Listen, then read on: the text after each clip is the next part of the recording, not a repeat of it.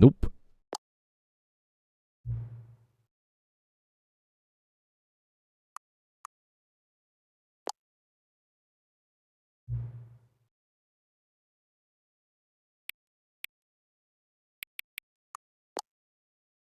Why does it need the time?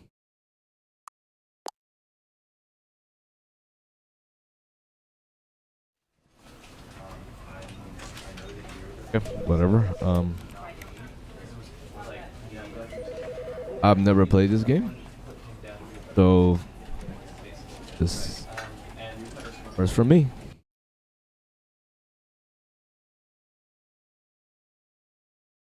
This is the story of a man named Stanley. Stanley worked for a company in a big building where he was employee number 427. Employee number 427's job was simple. He sat at his desk in room 427 and he pushed buttons on a keyboard. Orders came to him through a monitor at his desk, telling him what buttons to push, how long to push them, and in what order. This is what employee 427 did every day of every month of every year. And although others might have considered it soul-rending, Stanley relished every moment that the orders came in, as though he had been made exactly for this job. And Stanley was happy. And then one day, something very peculiar happened. Something that would forever change Stanley. Something he would never quite forget. He had been at his desk for nearly an hour when he realized that not one single order had arrived on the monitor for him to follow. No one had showed up to give him instructions, call a meeting, or even say hi.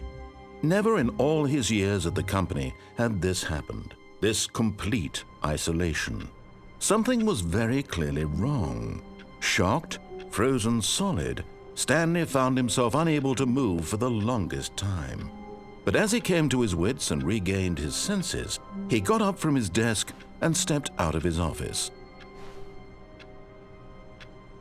It's me, Duck.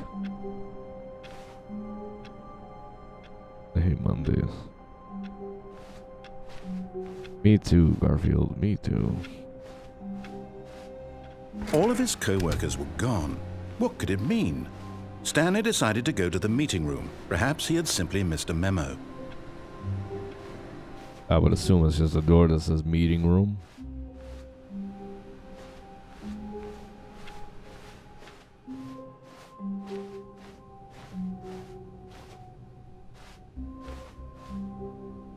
What? When Stanley came to a set of 2 open doors, he entered the door on his left. I believe I have to the right. This was not the correct way to the meeting room, and Stanley knew it perfectly well. Perhaps he wanted to stop by the employee lounge first, just to admire it. Yes, truly a room worth admiring. It had really been worth the detour after all. Just but eager to get back to business, Stanley took the first open door on his left. But what's... Stanley was so bad at following directions, it's incredible he wasn't fired years ago.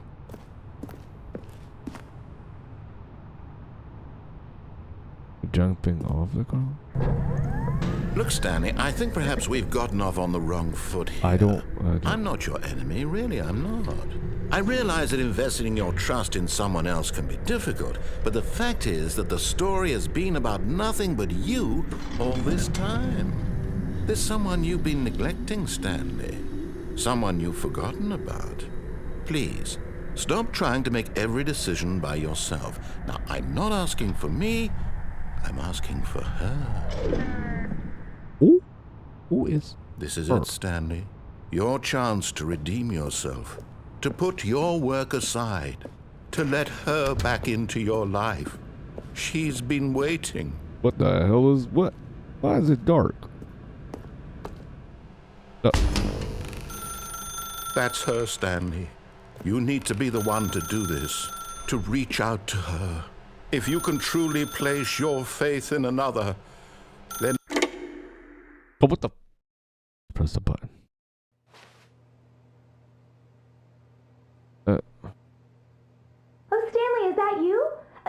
on, sweetie. Sorry to keep you waiting. I'm just pulling the bread out of the oven. All right. Okay, there we go. All right, now, I want you to come in and tell me all about your day. Gotcha. Oh, come on.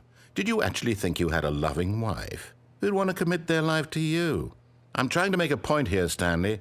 I'm trying to get you to see something. Come inside. Let me show you what's really going on here.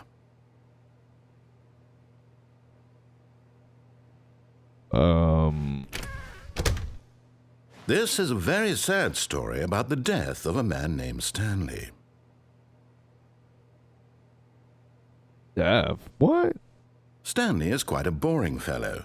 He has a job that demands nothing of him, and every button that he pushes is a reminder of the inconsequential nature of his existence. Look at him there, pushing buttons, doing exactly what he's told to do. Now he's pushing a button. Now he's eating lunch. Now he's going home. Now he's coming back to work. One might even feel sorry for him, except that he's chosen this life.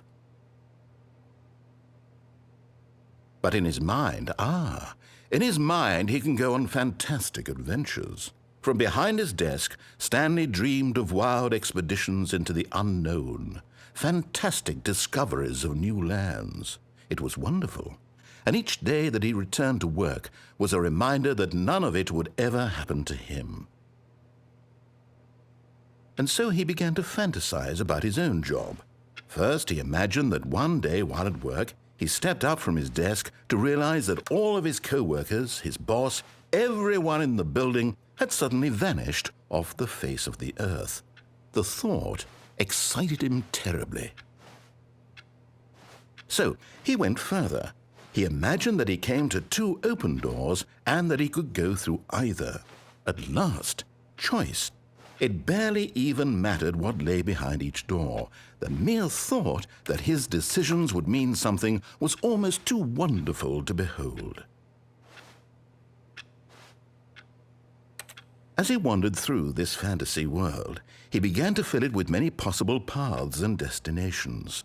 Down one path lay an enormous round room with monitors and mind controls. And down another was a yellow line that weaved in many directions. And down another was a game with a baby. And he called it the Stanley Parable.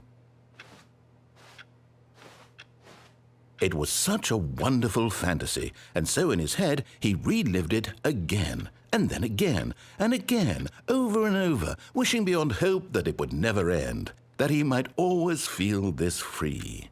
Surely there's an answer down some new path, mustn't there be? Perhaps if he played just one more time. But there is no answer. How could there possibly be? In reality, all he's doing is pushing the same buttons he always has. Nothing has changed. The longer he spends here, the more invested he gets, the more he forgets which life is the real one. And I'm trying to tell him this, that in this world he can never be anything but an observer, that as long as he remains here, he's slowly killing himself. But he won't listen to me. He won't stop.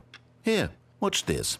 Stanley, the next time the screen asks you to push a button, do not do it.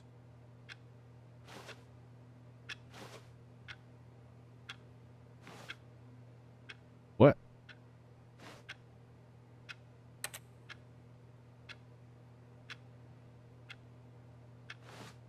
Like, how long is this gonna take?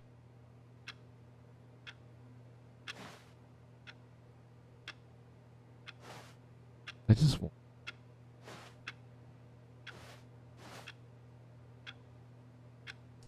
Clearly, waiting it out isn't gonna work, right?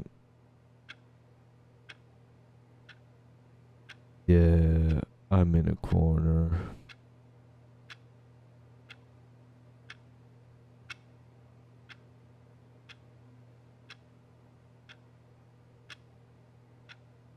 For that second. Well. Ah, damn it. You see? Can he just not hear me? How can I tell him in a way that he'll understand that every second he remains here, he's electing to kill himself? How can I get him to see what I see? How can I make him look at himself? I suppose I can't, not in the way I want him to. But I don't make the rules. I simply play to my intended purpose, the same as Stanley. We're not so different, I suppose. I'll try once more to convey all this to him. I'm compelled to. I must. Perhaps, well, maybe this time he'll see. Maybe this time. And I tried again, and Stanley pushed a button. And I tried again, and Stanley pushed a button. And I tried. That thing said, please die.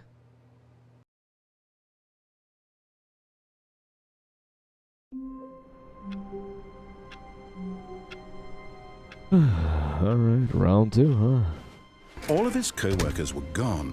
What could it mean? Stanley decided to go to the meeting room. Perhaps he had simply missed a memo. Did he kill me? Does he just pretend that didn't happen? When Stanley came to a set of 2 open doors, he entered the door on his left.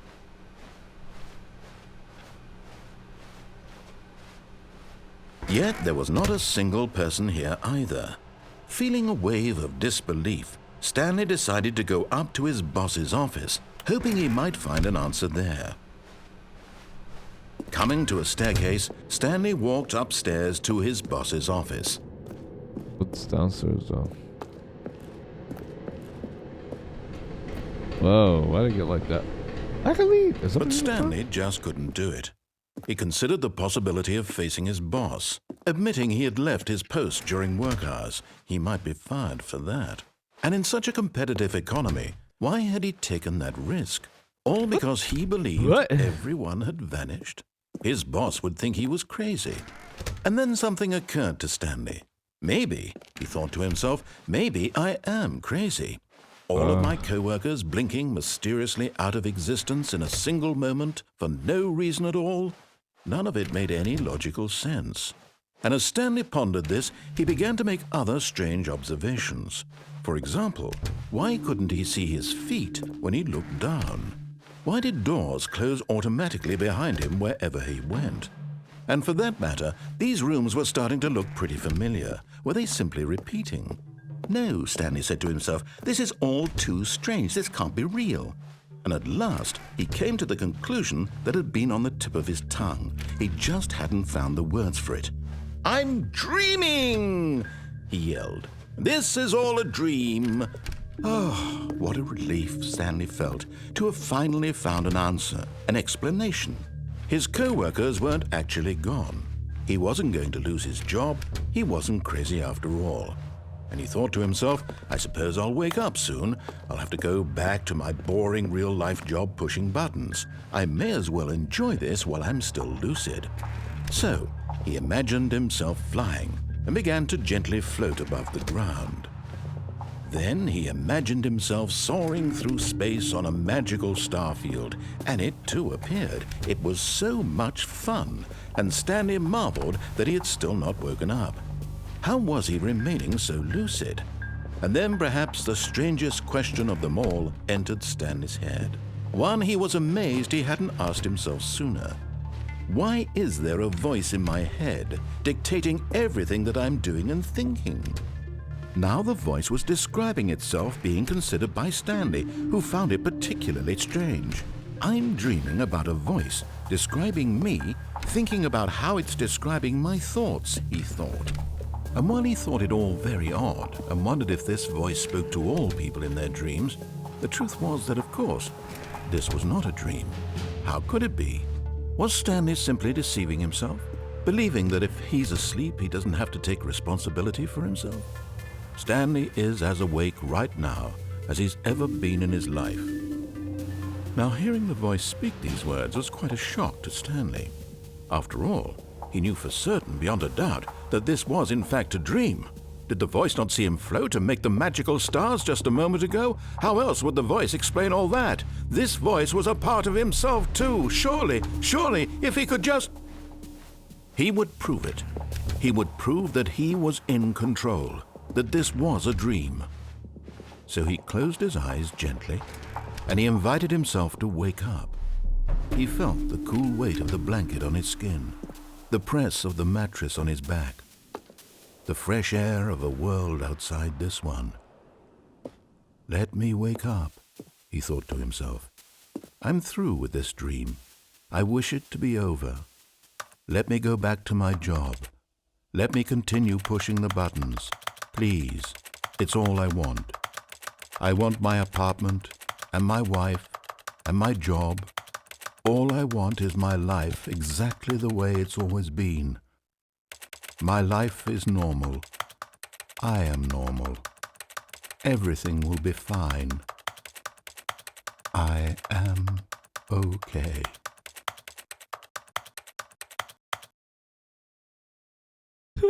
What? Stanley began screaming. Please, someone, wake me up. My name is Stanley. I have a boss. I have an office. I am real. Please, just someone tell me I am real. I must be real. I must be. Can anyone hear my voice? Who am I? Who am I? And everything went black.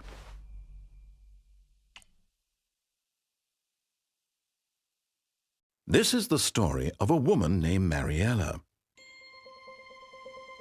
Mariella woke up on a day like any other. She arose, got dressed, gathered her belongings, and walked to her place of work. But on this particular day, her walk was interrupted by the body of a man who had stumbled through town talking and screaming to himself, and then collapsed dead on the sidewalk. And although she would soon turn to go call for an ambulance, for just a few brief moments, she considered the strange man. He was obviously crazy. This much she knew. Everyone knows what crazy people look like. And in that moment, she thought to herself how lucky she was to be normal. I am sane. I am in control of my mind. I know what is real and what isn't. It was comforting to think this, and in a certain way, seeing this man made her feel better. But then she remembered the meeting she had scheduled for that day. The very important people whose impressions of her would affect her career, and by extension, the rest of her life. She had no time for this, so it was only a moment that she stood there, staring down at the body. And then she turned and ran.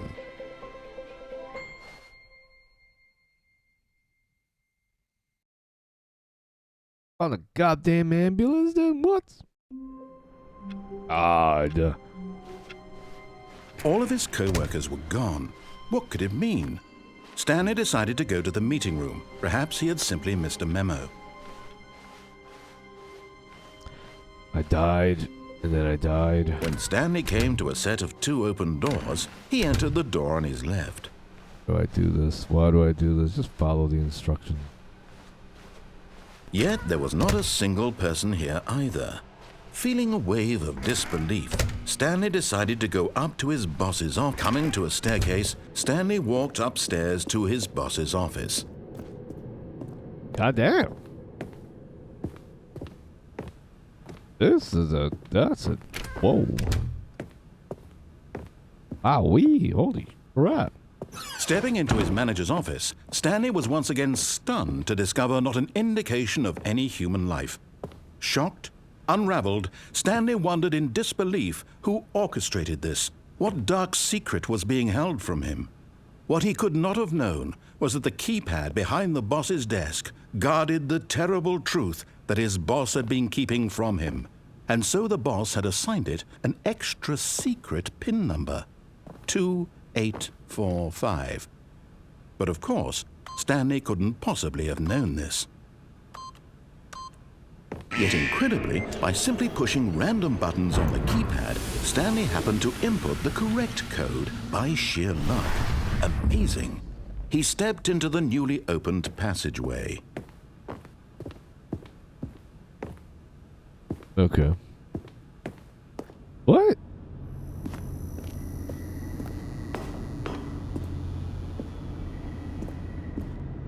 Okay.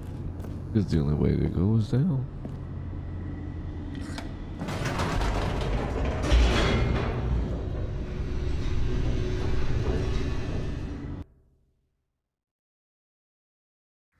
Descending deeper into the building, Stanley realized he felt a bit peculiar.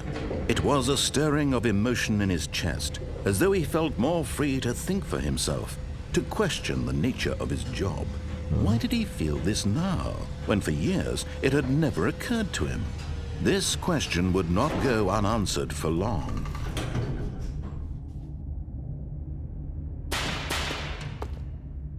Sparks. What the hell? Stanley walked straight ahead through the large door that read Mind Control Facility. Well... Although this passageway had the word escape written on it, the truth was that at the end of this hall, Stanley would meet his violent death. No, you're lying. You're doing this scare tactics. A long hallway. The door behind him was not shut. Stanley still had every opportunity to turn around and get back on track. At this point, Stanley was making a conscious, concerted effort to walk forward and willingly confront his death. He's not gonna die. What's here that would possibly kill him?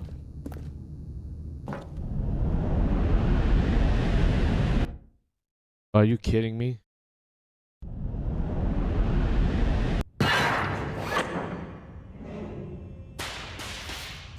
Liar, liar, pants on fire. As the machine whirred into motion and Stanley was inched closer and closer to his demise, he reflected that his life had been of no consequence whatsoever. Stanley can't see the bigger picture. He doesn't know the real story, trapped forever in his narrow vision of what this world is. Perhaps his death was of no great loss, like plucking the eyeballs from a blind man. And so he resigned and willingly accepted this violent end to his brief and shallow life. Stanley. Farewell, Stanley. Jump, jump, jump! Damn it.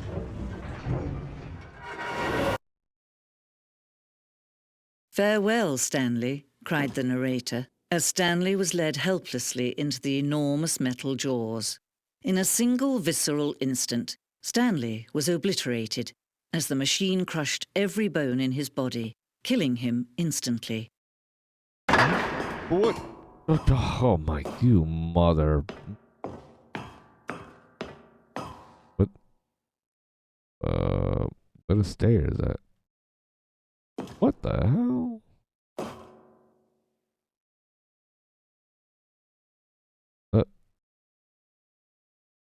And yet it would be just a few minutes before Stanley would restart the game, back in his office, as alive as ever. What exactly did the narrator think he was going to accomplish? When every path you can walk has been created for you long in advance, death becomes meaningless, making life the same. Do you see now? Do you see that Stanley was already dead from the moment he hit start?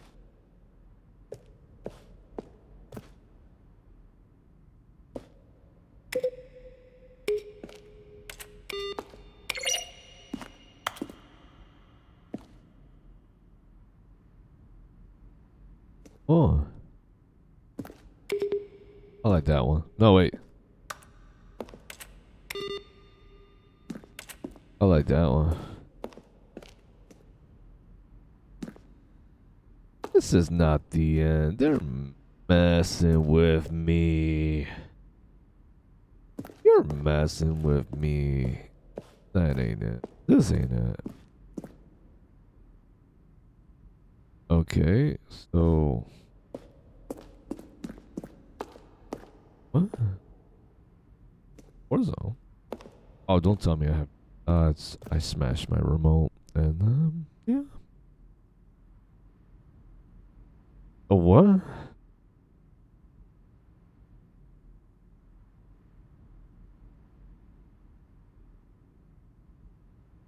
What? This isn't a real ending, you're lying. This isn't a ending at all.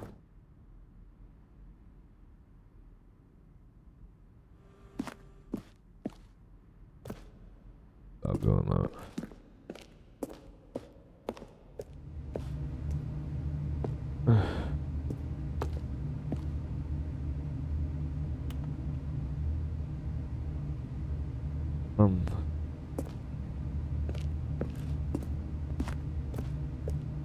Oh, nice, nice. Museum here. This is the level that William, the level designer, sent Davey. Huh.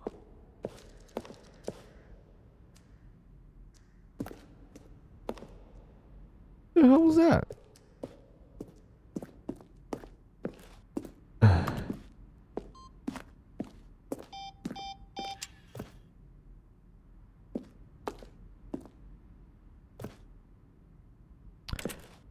Countdown. What the hell did? What did I do? Did I do?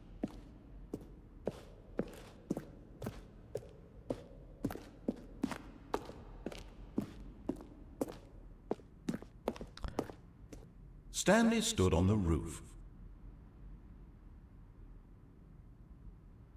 And finally, he pushed the number 9.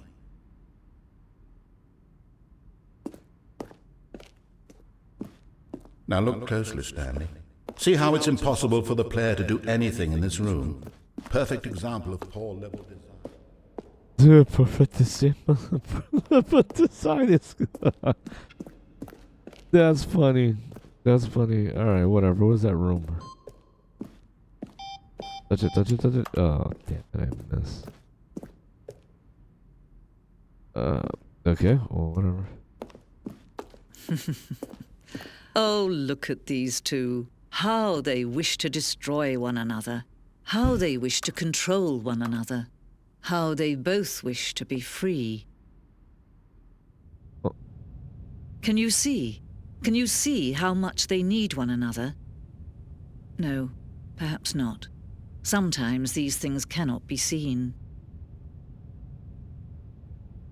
But listen to me. You can still save these two. You can stop the program before they both fail. Turn off your PlayStation. There's no other way to beat this game.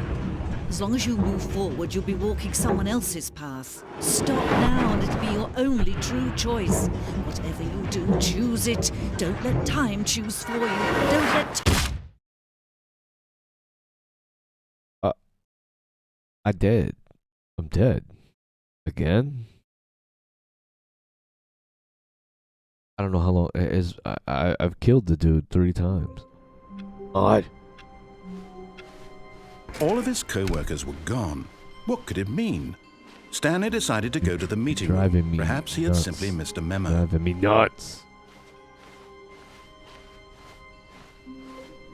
When Stanley came to a set of 2 open doors, he entered the door on his left.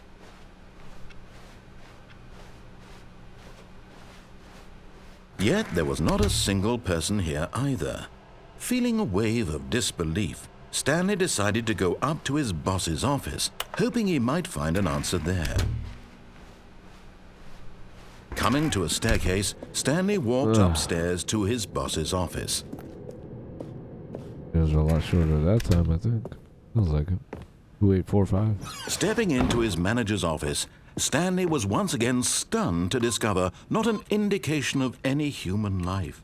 What could it mean? Stanley wondered aloud to nobody. He began wildly tearing through papers on the boss's desk, pulling books off the shelf, looking behind paintings, desperate for clues to his situation. But his attention was caught by a keypad behind the boss's desk. What could its purpose be? In fact, this keypad, Stanley was in such a rush to get through the story as quickly as possible, he didn't even have a single minute to just let the narrator talk.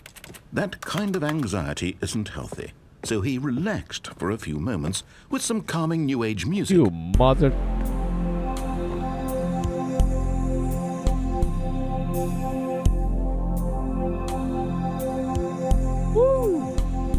That's good stuff right there. Feeling soothed and rejuvenated, Stanley calmly walked forward into the opened passageway. Oh.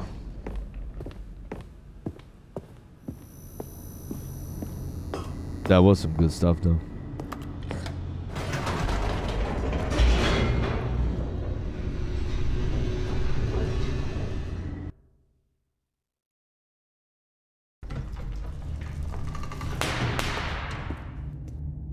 Whatever. Stanley walked straight ahead through the large door that read Mind Control Facility.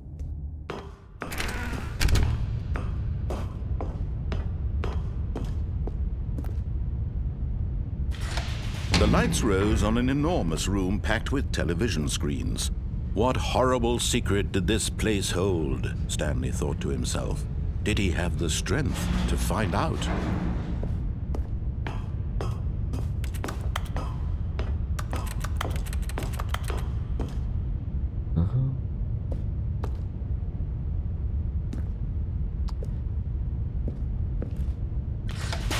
Now the monitors jumped to life, their true nature revealed. Each bore the number of an employee in the building, Stanley's co-workers. The lives of so many individuals reduced to images on a screen, and Stanley, one of them, eternally monitored in this place where freedom meant nothing.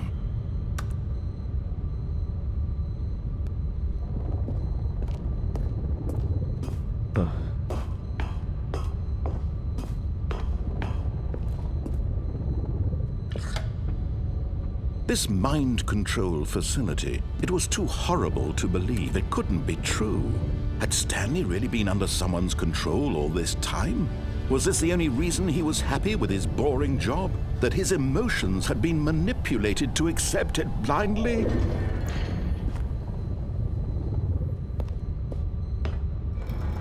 No, he refused to believe it. He couldn't accept it. His own life in someone else's control? Never! It was unthinkable, wasn't it? Was it even possible? Had he truly spent his entire life utterly blind to the world? But here was the proof. The heart of the operation. Controls labeled with emotions. Happy, or sad, or content. Walking, eating, working. All of it monitored and commanded from this very place. And as the cold reality of his past began to sink in, Stanley decided that this machinery would never again exert its terrible power over another human life. For he would dismantle the controls once and for all.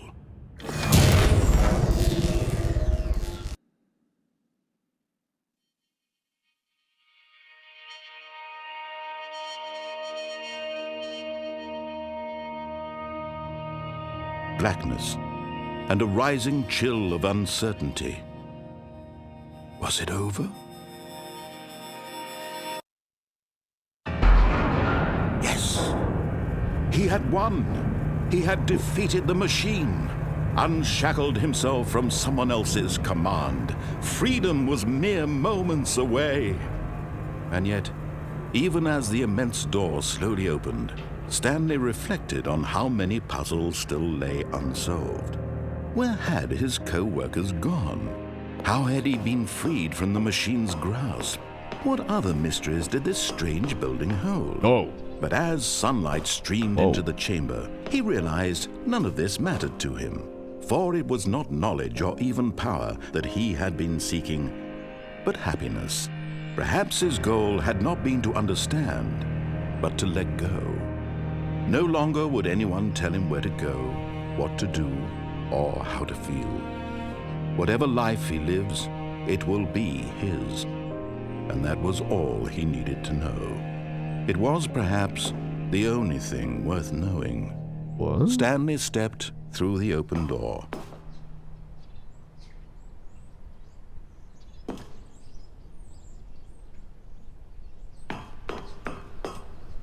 Stanley felt the cool breeze upon his skin, the feeling of liberation, the immense possibility of the new path before him.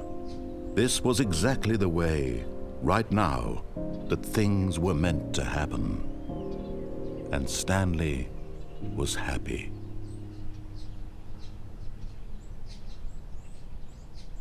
What's the catch?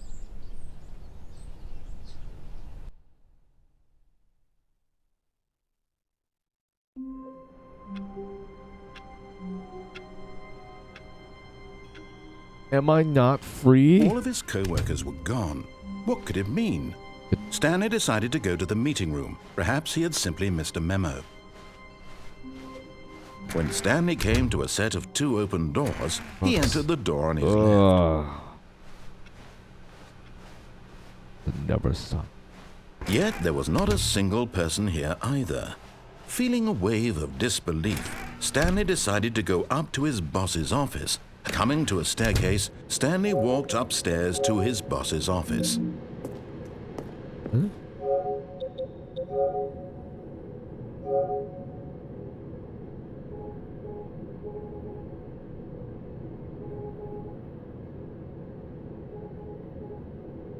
Yo, that's a wait. That was an ending. What? One of. Okay, I think we all know the drill by now. Blah, blah, blah. Dark secrets, the keypad. Stanley pushes some buttons. Oh, hey, look, it's a new passageway. Kill surprise. Thank you.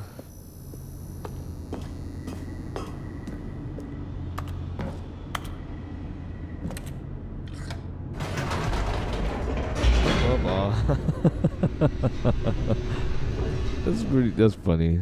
What now?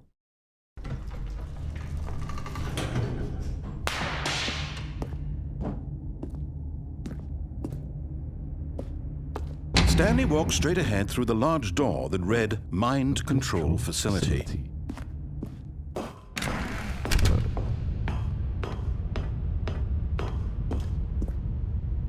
Now what? The lights rose on an enormous room packed with television screens.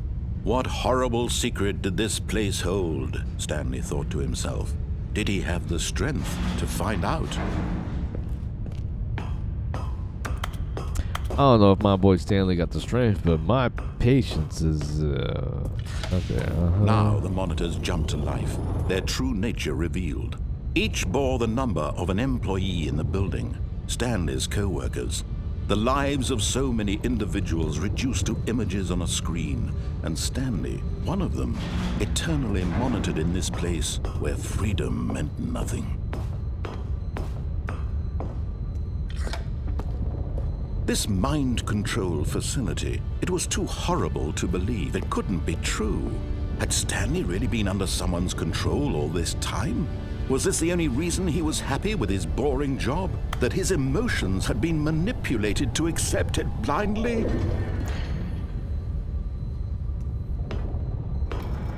No, he refused to believe it. He couldn't accept it. His own life in someone else's control? Never!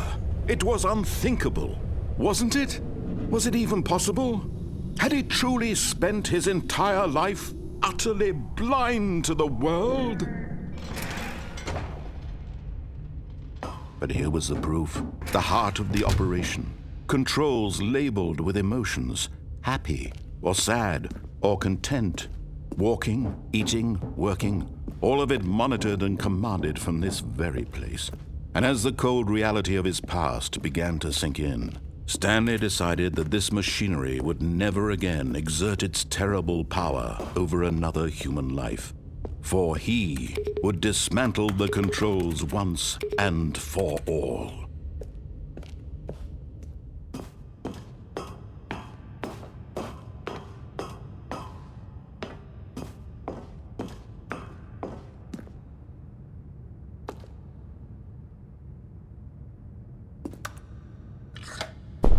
Oh, Stanley, you didn't just activate the controls, did you?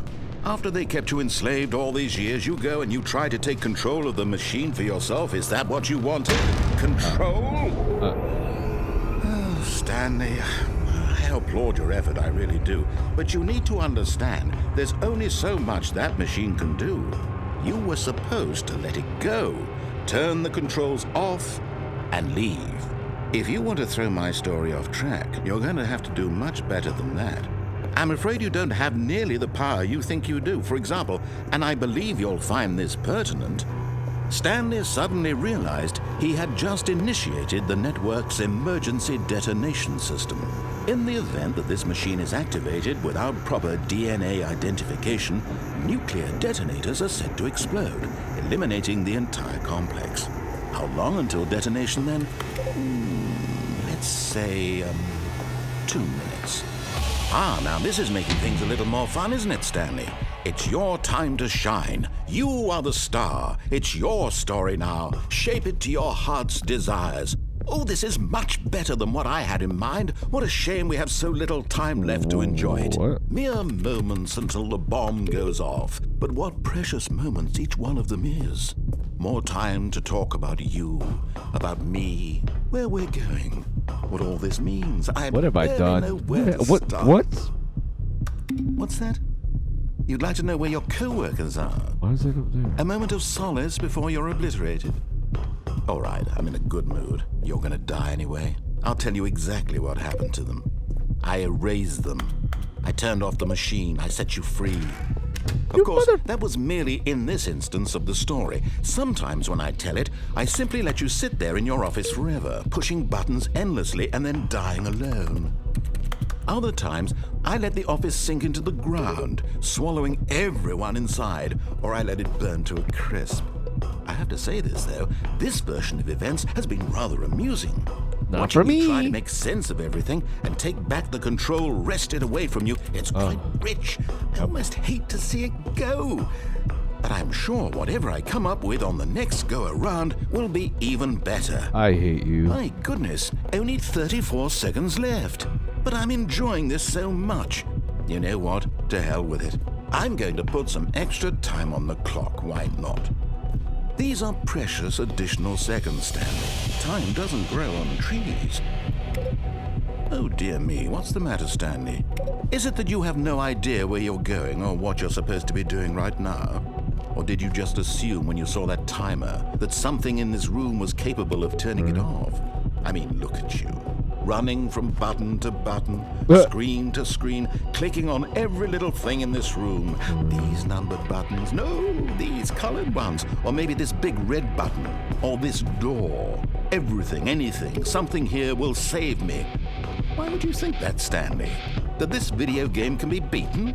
Won? Solved? I guess not. Do you have any idea what your purpose in this place is? Stanley, you're in for quite a disappointment. But here's a spoiler for you. That timer isn't a catalyst to keep the action moving along. It's just seconds ticking away to your death. You're only still playing instead of watching a cutscene because I want to watch you for every moment that you're powerless. To see you made humble. This is not a challenge. It's a tragedy. You wanted to control this world, that's fine. But I'm going to destroy it first, so you can't. Take a look at the clock, Stanley. That's 30 seconds you have left to struggle. 30 seconds until a big boom and then nothing. This is No making ending. sense. Just you being blown to pieces. Will you cling desperately to your frail life, or will you let it go peacefully? Another choice. Make it count, or don't. It's all the same to me, all a part of the joke. And believe me, I will be laughing at every second of your inevitable life from the moment we fade in until the moment I say, happily ever after.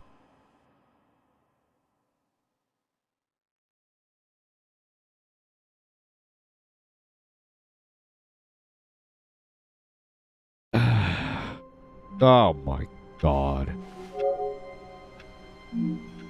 A soft wind blew outside and perhaps rain started, and if it did, it stopped shortly after.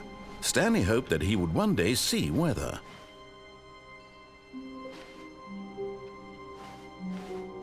Oh, new content? What does that mean, new content?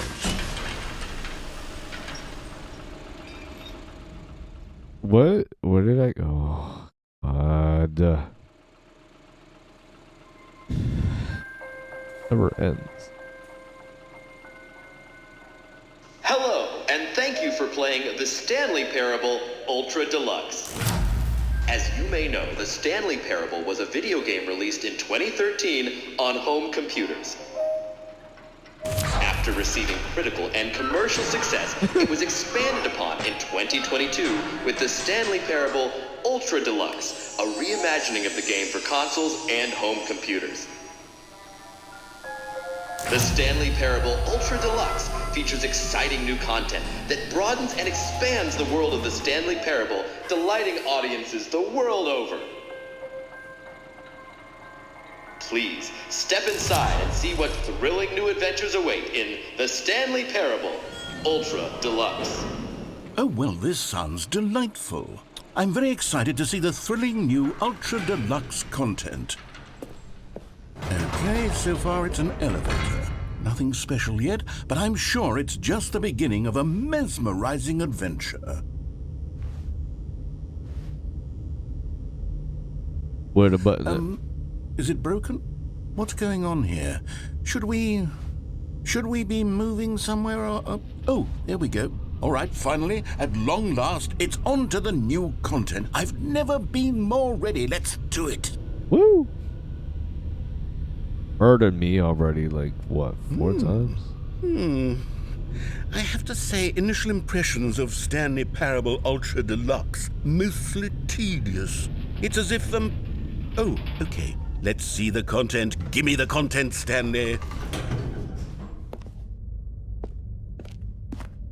All right, let's see. It's the jump circle. Oh my god, finally jumping!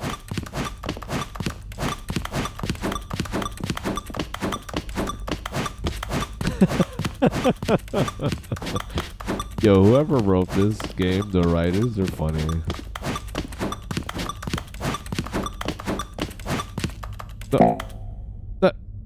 What? What? Give me more! Mother. Is that it? Surely that's not all the new content. There has to be something else, right? Another elevator? Goodness, another elevator. Stanley, I have to say, initial impressions of this game are not positive. It's just elevators and jumping. Is this what passes for exciting new content? If this is new content, then I could just read you the whole dictionary. There's 20 hours of new content right there. Hell, I could count to 30 trillion. You could put that on the box. The Stanley Parable Ultra Deluxe, now with over 1,000 hours of new content. And oh, wait. There's more. Very good. Yes. I knew there had to be something else. Let's see it. I'm ready for whatever it is. Ew. That's it? Oh, you've got to be kidding me. You see, Stanley? This is what happens when greedy video game developers with no respect for their fan base rush a cheap expansion to market for no reason other than to make an easy dollar. And don't get me started on the level of craftsmanship that's gone into it. In fact, I'm looking right now at the game's trophies, and it's hard to believe one of them actually says, "Test trophy, please ignore." What quality assurance department signed off on this? I'm infuriated and I'm offended, and I intend to find these people on Twitter and hold them personally accountable. It's my fault, Stanley. I built up too much anticipation around the new content, I'm afraid. It could never have lived up to such expectations. If you're still with me, why don't we just reset the game and we'll try to get back to what the Stanley Parable is really about. No frills, no gimmicks. Just you and me having a great time together like always. Like always. What do you say, friend? What? Oh. There Oh. The picture of the office. Psst! Stanley! Come over here! In the vent! I want to show you something!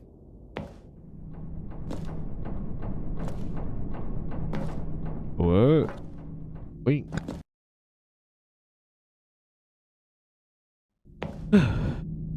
Okay, you remember how cheap and unsatisfying the new Ultra Deluxe content turned out to be? Well, it got me thinking about the past and how much better the Stanley Parable used to be. So I made something special and tucked it away here where the game's developers won't find it. Just our little secret. Take a look. What? I call it the Memory Zone. It's where I've been storing all my favorite memories so I can relive the peak experiences of my life whenever I want.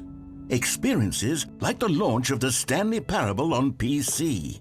You see, Stanley, doesn't the memory zone remind you of how wonderful Stanley Parable was before it was sullied with a cheap PlayStation port? Remember back in October of 2013, when the game originally launched? Back then, video games had integrity. Back then, it all meant something. Oh, the waste. Oh. Yeah.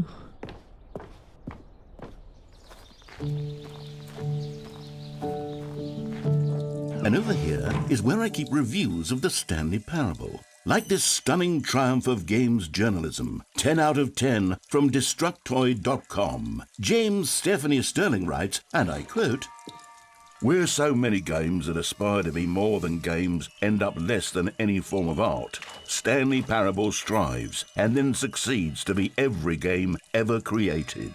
Did you hear that, Stanley?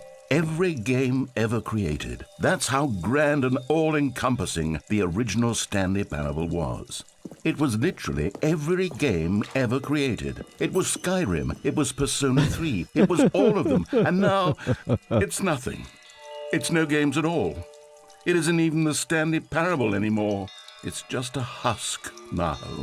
A lifeless husk with an hour of new elevator content.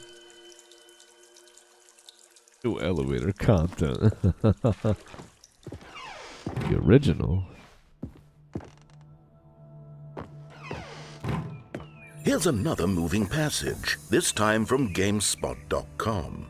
The Stanley Parable is both a richly stimulating commentary on the nature of choice in games and one that offers some of the most enjoyable, surprising, and rewarding choices I've ever been confronted with in a game. 9 out of 10. Don't you get it, Stanley? The game was perfect.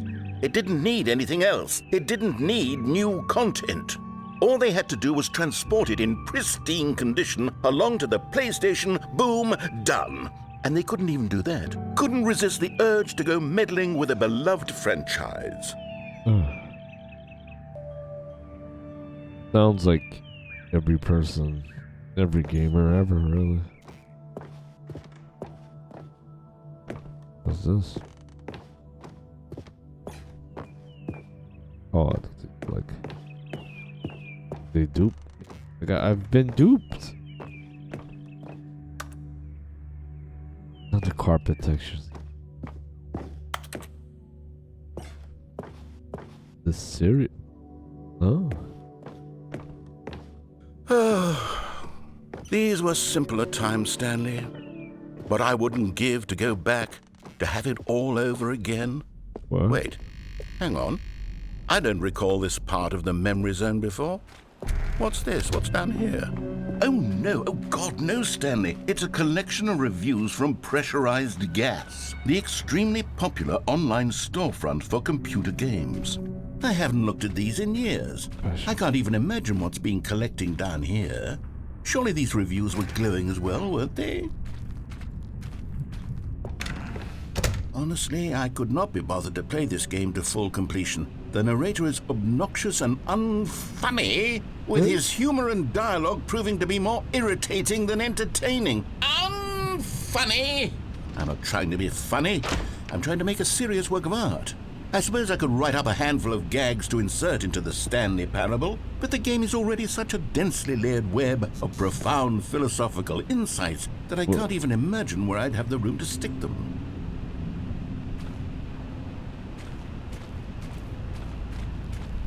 Ah.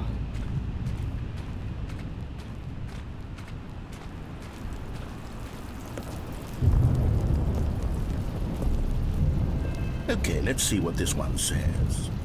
While the idea for the game is good, for someone who prefers non-linear games, this preachiness gets annoying fast. Preachy? Stanley, I'm not preachy, am I? You can tell me if I'm preachy. Honestly, you can. Oh, goodness. This is actually quite shocking for me. To be honest, I had always thought of the game's dialogue as being rather terse to begin with. You can't know how much fluff I cut from the game to get it to feel as light and airy as it... Well, I always thought it did, but maybe it wasn't. Oh dear. What an awful memory to have to hold on to. These black marks on my otherwise unimpeachable track record. I feel like a failure. Like I let these people down. Perhaps the Stanley parable isn't quite as sterling as I always remembered. What's this one got to say? 9 hours. You constantly have to stop doing anything so the narrator can catch up with his long-winded explanations of what's happening. I wish there was a skip button. A skip button? Well, yes. Yes, I think we can do that. If I'm truly too preachy, then maybe letting you skip ahead for just a moment, surely it couldn't hurt. Not if it means we can strike these negative reviews from the record. Only positive reviews of the Stanley Parable. That's my motto today, and it's always been my motto. I'd do anything for the customer, Stanley. Yes, a skip button we shall have.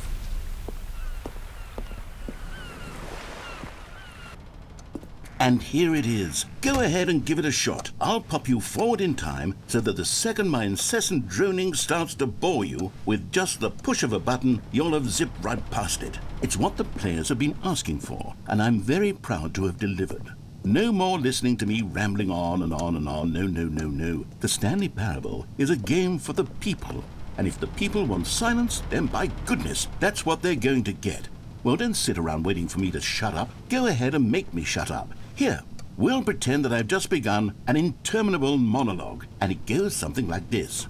The story and the choices, or what have you, and therefore by becoming it is, so on and so forth, until inevitably, we all until the end of time, at which time everything all at once, so, now you see, blah blah blah blah blah blah blah blah blah blah blah blah blah blah blah. We've eaten too much and it can't be just yet, no, until 245. But the logic of elimination working backwards, the deduction therefore becomes impossible to manufacture. It went on for nearly 10,000 years, until just yesterday, here and there, forward and back, and never a moment before lunchtime. It can't be. It's the only thing there is. How many billions left until so much more than forever ago? Which is why I say, the story and the choices, or what have you, and therefore by becoming it is, so on and so forth, until inevitably, we all until the end of time, at which time everything all at once, so, now you see, blah blah blah blah blah blah blah blah blah blah blah blah blah blah. We've eaten too much and it can't be just just yet, repeats?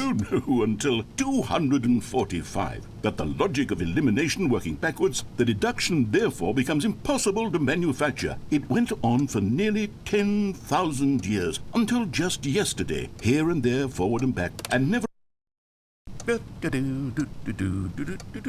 Oh, you're back, you see. You were only frozen in time for a few minutes, but it was plenty of time for me to deliver a long, rambling monologue full of unnecessary verbal... Well, there's sport. You really did catch me rambling on a bit, didn't you? But that's the power of the button. The minute I start to go off on a thoughtless display of self-absorption, it's... Okay, welcome back, Stanley. Now, I should say that the amount of time the button has been skipping through is becoming longer and longer. That last one was, well, I want to say maybe 30, 45 minutes? It's not unendurable by any means, but it's... Well, Stanley, please don't push the button again. It's been 12 hours. You've just been frozen there. I don't know why the skips are getting longer, but they're really, truly getting longer. Oh, Stanley, you're back. You're back. Oh, my goodness. I have someone to talk to again. Stanley, I think it's been a week. Or 2 weeks. I've been sitting here all that time. Just sitting here. Not a single person to speak with. And you'd think that that's just how it's always been, right? Me talking and you saying nothing. Would you think that it's exactly the same as always? Doesn't that feel like what we've already been doing? Me just talking? But it isn't, Stanley. It isn't the same at all. It isn't even close. Because I know you can't hear me once you push that button. That's what I'm realizing now, Stanley. I'm realizing that I needed to know that someone was listening. I needed there to be a vessel through which my words were moving. It was the vessel I needed, Stanley, not the outcomes, not the story. None of that matters anymore. I'll give it all up. I'll give up every branching path. I'll burn my story to the ground. One single thing I need, and God, I can see now that I need it more than anything. Oh, hello. It's you. You're here again. Welcome.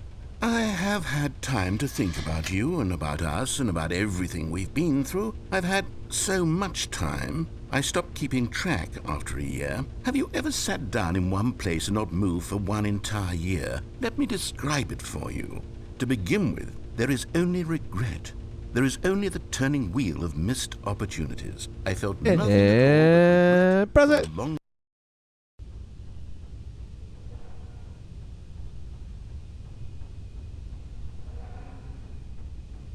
Whoa. What?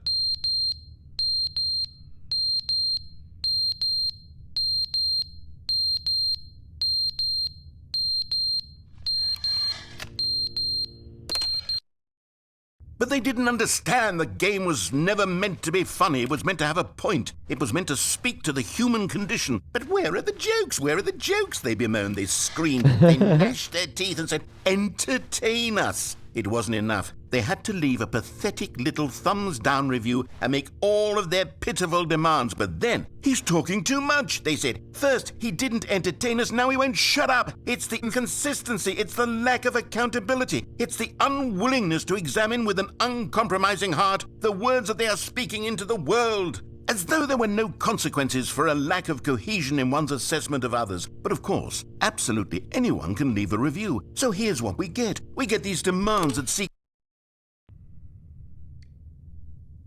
When can I leave?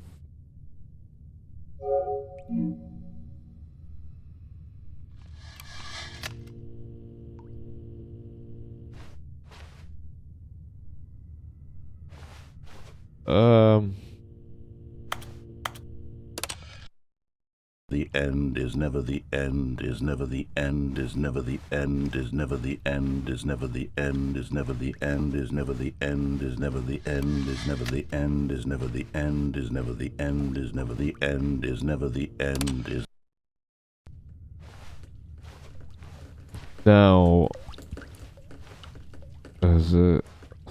Oh crap!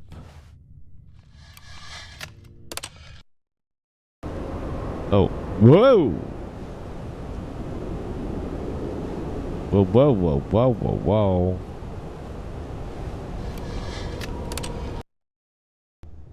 Whoa! Oh! When can I leave? When can I take a step out? Please let me leave. Oh. Nature's taking it back. How long have we been gone?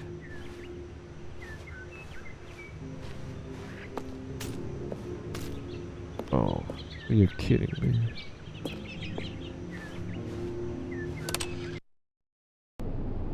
Whoa. Whoa. Wow, we...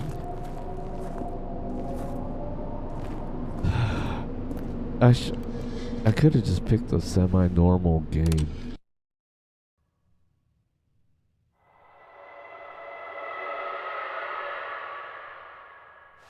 Mr. Narrator isn't even here. Oh, God.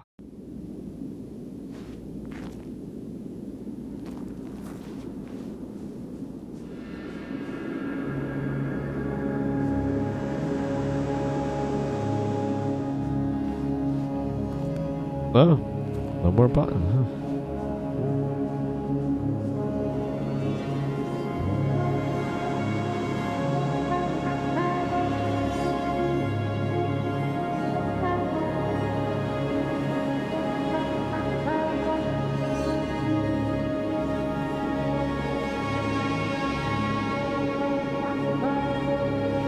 Where are we going?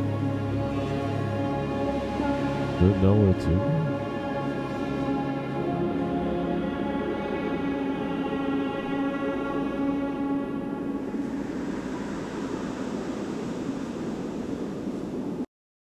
Oh.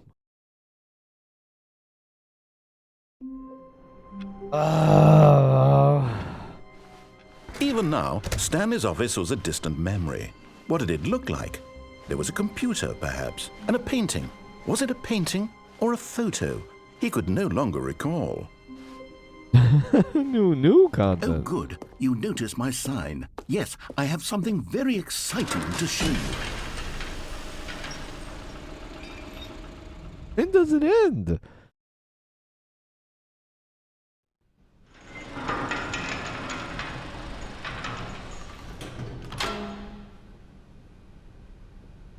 Another elevator and another elevator. You see, Stanley, I've been reflecting on the Stanley Parable and about how roundly disappointing this ultra deluxe version has turned out to be. The original Stanley Parable was a landmark, and any new content for it should live up to that legacy. So forget this ultra deluxe nonsense. I say we take it one step even further. Which is why I'm very proud to announce for the first time ever, the Stanley Parable 2.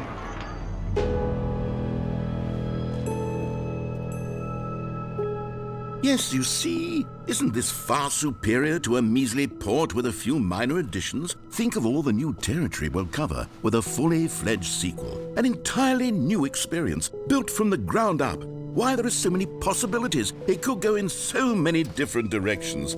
This is what fans have truly been asking for.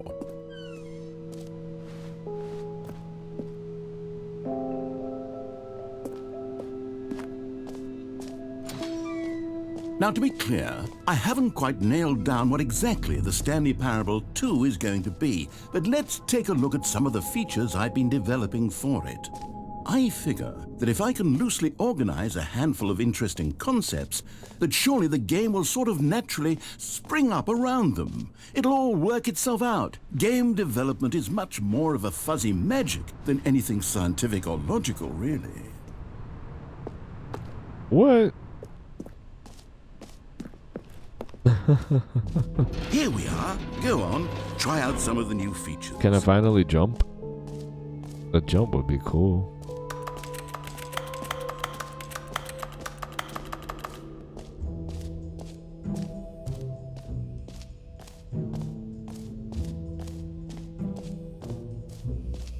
Pull your lever, receive. Now here's something special. You remember that broken test trophy that got left in the game on accident?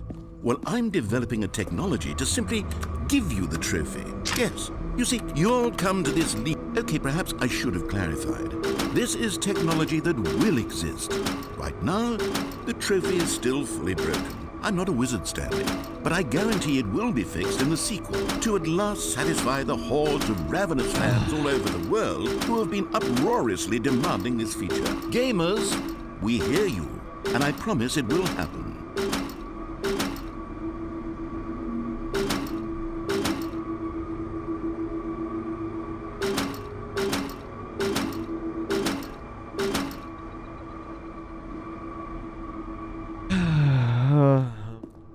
Why did I come to here? I'm real life tired and I just want to be done.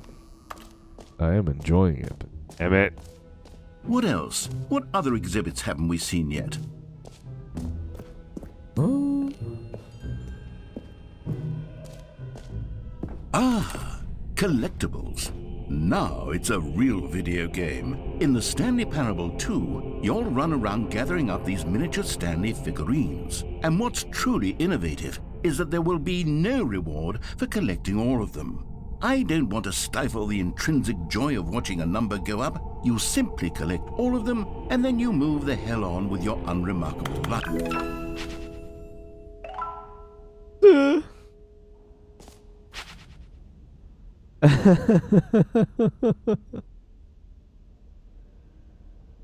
God, what a sick joke. End it.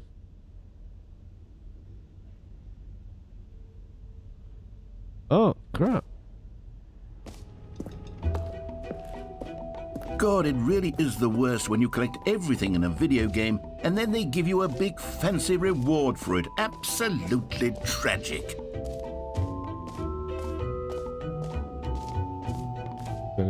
Okay, alright, you piquing my interest. Can I look through it? Depth. Infinite.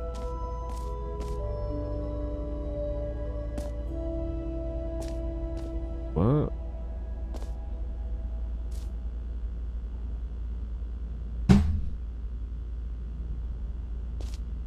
Listen, one way or another, it'll stop.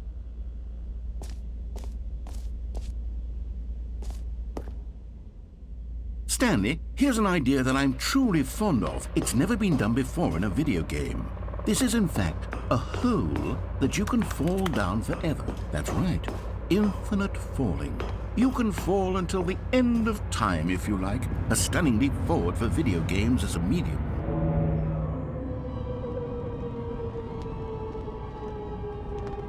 You see, isn't it wonderful? One of my more ingenious concoctions, if I do say so.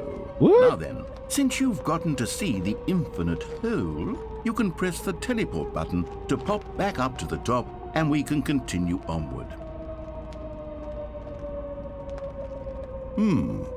Now, I don't mean to be a bummer, but I do recommend you use the teleport button to go back to the top. Maybe do it on the sooner rather than later spectrum of things. But it's infinite. Feels like it's slowing down. Am I imagining? Okay, Stanley. I don't know quite how to say this tactfully, but it's possible that I slightly exaggerated the infinite nature of the hole. Is it a very, very deep hole? To be certain it is. It's an extremely deep hole. I don't want anyone to say that it isn't an astonishingly deep hole. It is. Is it infinite?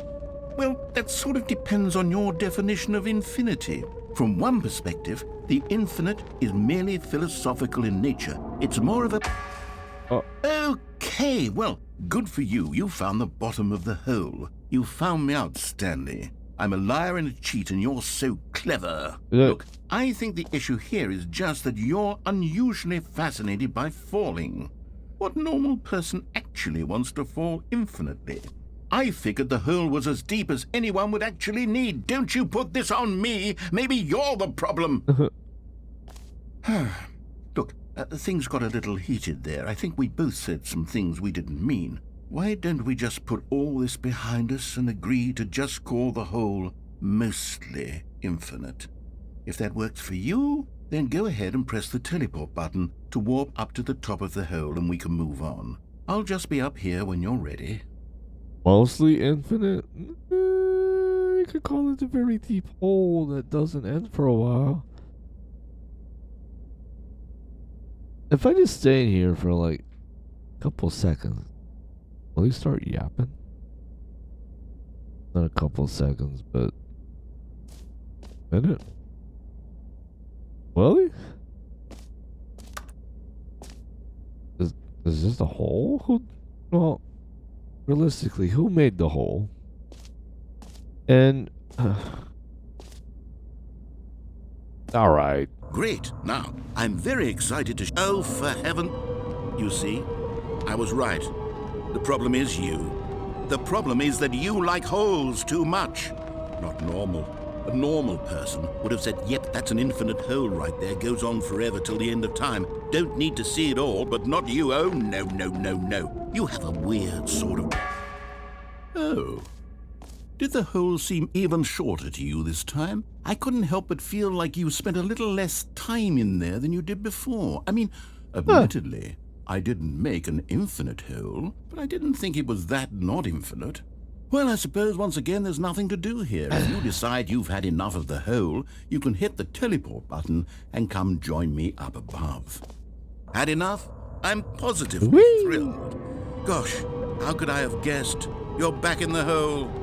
If this starts to become a thing where... Wow. Okay. Yes. I'm starting to become extremely certain that the hole is not only not infinite, but that it's growing steadily less and less infinite. I suspect that I'm starting to hit the point where it's no longer feasible to call the hole infinitely deep, even by the lax overall standards for accountability and marketing. What's going on here? Stanley, I have no explanation for the uncertain nature of the hole's length.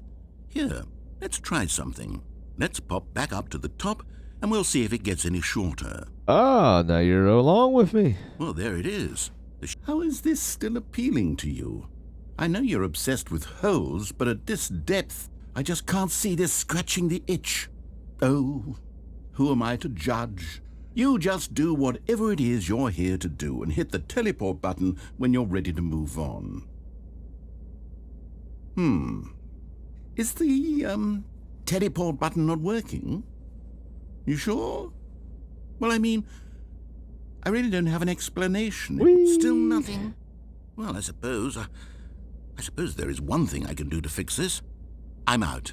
Goodbye, Stanley. You couldn't bear to be away from the hole, and now you'll get more time with it than you could ever have asked for. It's a win for everyone. Not much of a hole now. You get to be with the hole. I get to do literally anything else.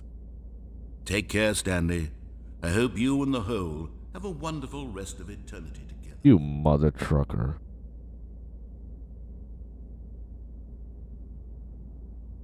Well, this is the rest of your life, Stanley.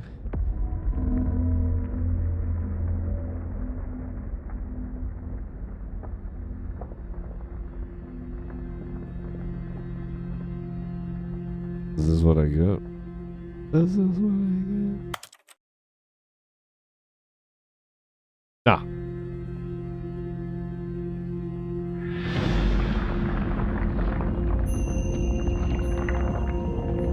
What is going?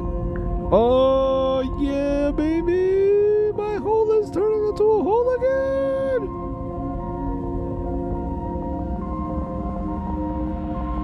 Oh, what narrator?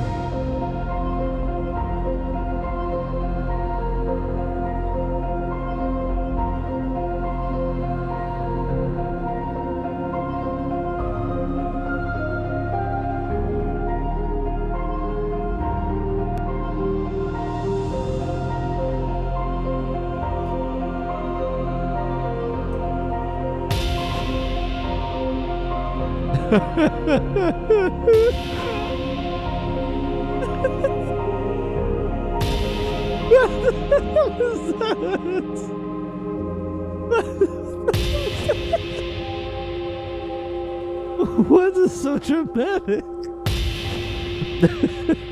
Change your reception?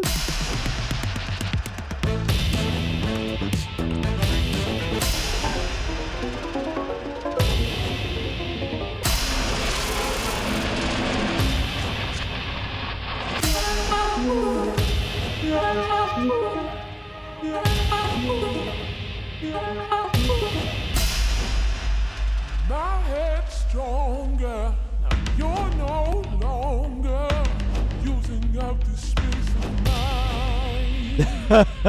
My head's stronger. Now you're no longer using up the space of mine. My head's stronger. You're no longer using up the space of mine.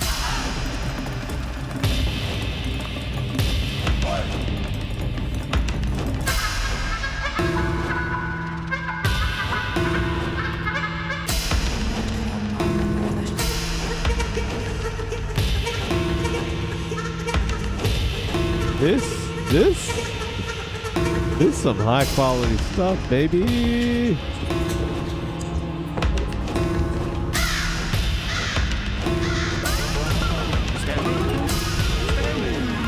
Stanley!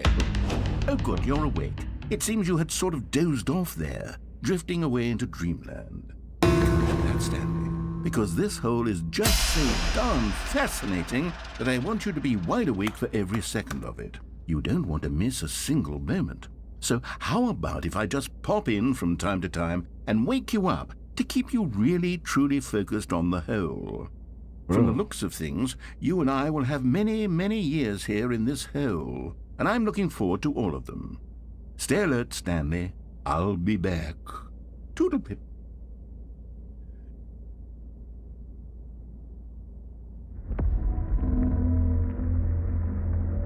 Is it gonna sink again? Please don't. Please don't. Just get me out. Just get me out.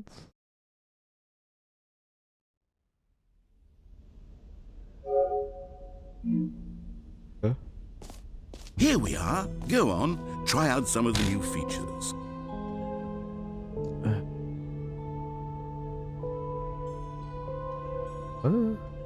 The button that says the name of the player that is playing the game. The name of the player that is playing the game. Here's your name in the game. For the Stanley Parable 2, I asked myself, what do players really want? And of course, the first and most obvious answer is that they want to be individually recognized and validated as people. So with that in mind, my first addition to the game is this button which speaks the name of the... Sorry, I should have clarified. Right now, the button only says the name Jim. But of course, in the final game, this button will say your name, whatever name that is. Here, let's have you role-play as Jim to really simulate the full experience of this feature. Just play along. I promise you'll love it. Okay, here we go. Let's take a deep breath, clear your mind, forget whoever you are, and simply become a person named Jim. I want you to imagine... Jim. Whoa, hold on. I wasn't finished setting up the backstory. If you don't properly roleplay as Jim, then you'll never understand the impact of this button. Otherwise, it's just a stupid button that says somebody else's name. Okay, we're doing it again, and this time let me finish first. Now, allow yourself to become Jim. Jim. All right, fine, whatever. It's just a meaningless button that says Jim. Are you happy now? Get out of here. I'm done with this button. Why don't you go humiliate me in front of a different feature that I worked very hard on? That I worked very hard on. Yeah. Okay, sir. Okay, Mr. Narrator. This is funny.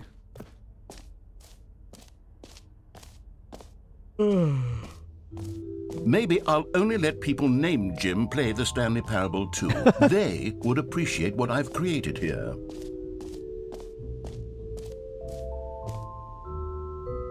Reassurance bucket. What the hell? A common complaint of the Stanley Parable was that it was confusing and paradoxical, that it engendered a chaotic sense of reckless despair in those who played it. Well, I am happy to say that after much consideration, I've engineered a clever solution to this fundamental problem with the game. It's the Stanley Parable Reassurance Bucket. You see, Stanley, anytime you're holding the bucket, a sense of calm and ease will fill your mind and your heart. It's true. As long as you hold on to the bucket, the many disorienting contradictions of the Stanley Parable will feel perfectly normal and perhaps even comforting. You may even come to long for the gentle embrace of jarring cognitive dissonance while the bucket is in your arms. And to be honest, it's a much more convenient solution for me than actually redesigning the game to be less uncomfortable. Can you imagine what a pain in the ass that would be? Yes, the bucket is the perfect solution. Come on, give it a try. Bucket. Can you feel it? The glow of comfort, even in the face of crushing despair, must already be sweeping through your body. And in fact, can I say that I do believe the bucket lends you an air of charisma as well? I think that just holding it has made you the slightest bit more attractive as a person. Thank you. The benefits of the bucket seem to go on and on. Can I wear it as a hat? All this and more await you in the Stanley Parable 2. Can I wear it as a hat? Can I keep the bucket? Don't take my goddamn bucket. Does anyone give out awards for most enjoyable bucket in a video game? That really should be an award if it isn't already.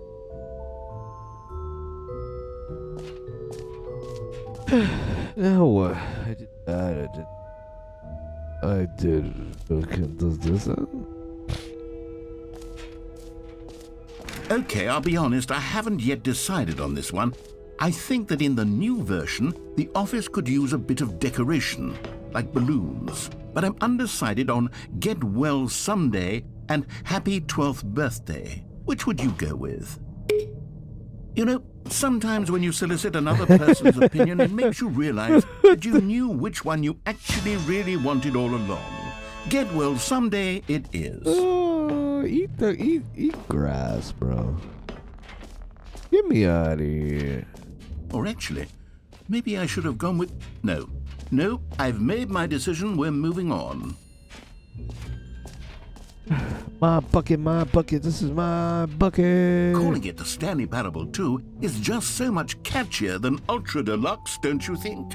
Ultra Deluxe. What does it even mean? But the Stanley Parable 2, now that's an artistic statement right there. Huh. It's future-oriented. It screams progress and innovation and long-term franchising potential. I love you, be quiet.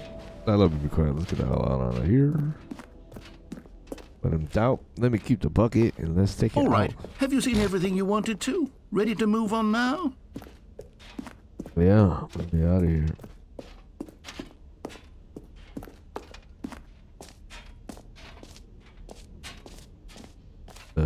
So, Stanley, what do you think? Do you like all of the new features? Yes, I know it's not exactly clear yet how exactly these features will come together as one single coherent video game, but I can feel it in my soul. It's going to work. There's definitely a good game in there somewhere. Say, let's do an experiment. I'll arrange these new features together, and we'll see whether or not it coheres into a meaningful gameplay experience. Okay. Are you ready? No. Here it is. I give you the Stanley Parable 2. I mean, there's potential here, right? It's sort of... Okay, never mind. Hold on. Let me do a different arrangement. Okay, yes, this is much better. I feel good about this. Here we go. Version 2. Who am I kidding, Stanley? This isn't a coherent video game at all. It's a lot of gags. And I do very much enjoy creating gags, but they don't add up to anything. I wanted more than anything to create a sequel that would capture all the magic of the first game. I wanted fans to love it. No matter how good these gags are, they won't stand on their own. They would need the structure and the gameplay of the original. Wait, maybe that's it. I can take the original Stanley Parable and simply, well, insert a few of my new features into it. Tastefully, of course. With respect. With care for the vision and integrity of the original game. Would it possibly work? I suppose it could. But it would need a really, really tremendous title screen. A title screen that says with bold and uncompromising conviction, "This is the Stanley Parable 2." Let me see if I can whip something up. All right, perfect. Go ahead. Take a look.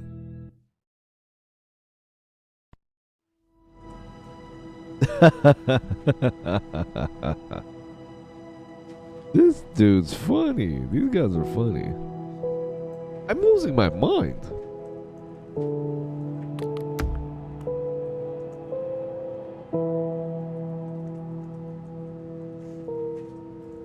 Crows, crows, crows.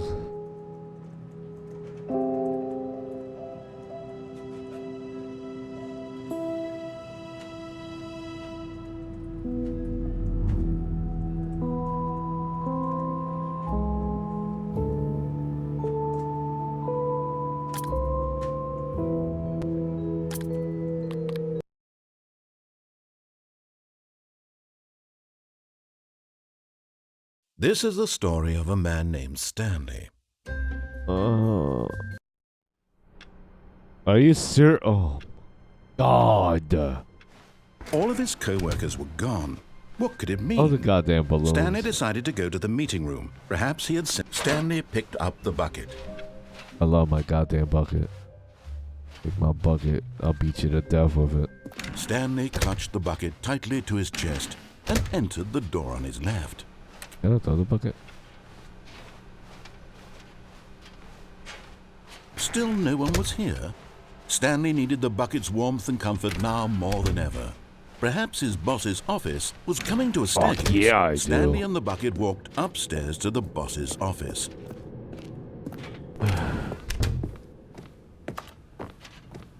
Stepping into his manager's office, Stanley was once again stunned to discover not an indication of any human life. Crushed by the weight of this revelation, Stanley may have broken down into an emotional dumpster fire if not for the soothing presence of the bucket. Even bucket. now, but Stanley guessed the correct code by sheer luck. Yep. Was it that the bucket knew all along? Was the bucket guiding him? Yes. My this is guiding certainly bucket. the most logical explanation. You found one of them. One of the miniature Stanley figurines. Remember, no reward for collecting all of these. Only the intrinsic pleasure of a job well done. You can't buy that sort of happiness, Stanley. God knows I've tried. So, I implore you to savor each and every moment you come across one of these beautiful figurines.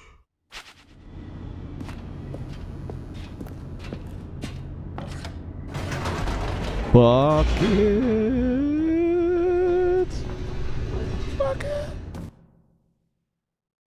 Yeah, sequel. The elevator raced downward, plummeting towards an unknown fate. It would be all Stanley could do to keep himself together, if not for the bucket. Soothing him, comforting him, reassuring that in this darkest moment of uncertainty, he would be all right. The bucket is here for you, Stanley. Everything will be fine.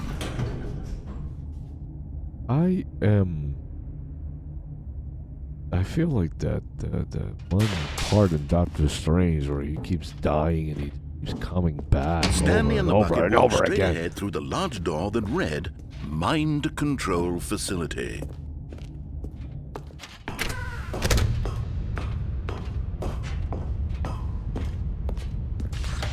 The lights rose on an enormous room packed with television screens. What horrible secret did this place hold? Stanley and the bucket both wondered to themselves.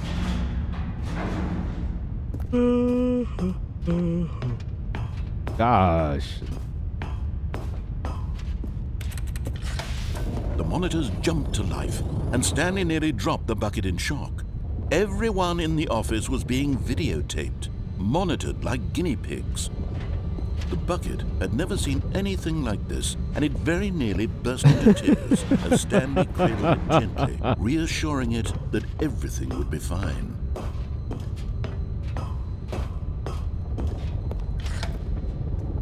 Was the bucket under the mind control facility's influence as well?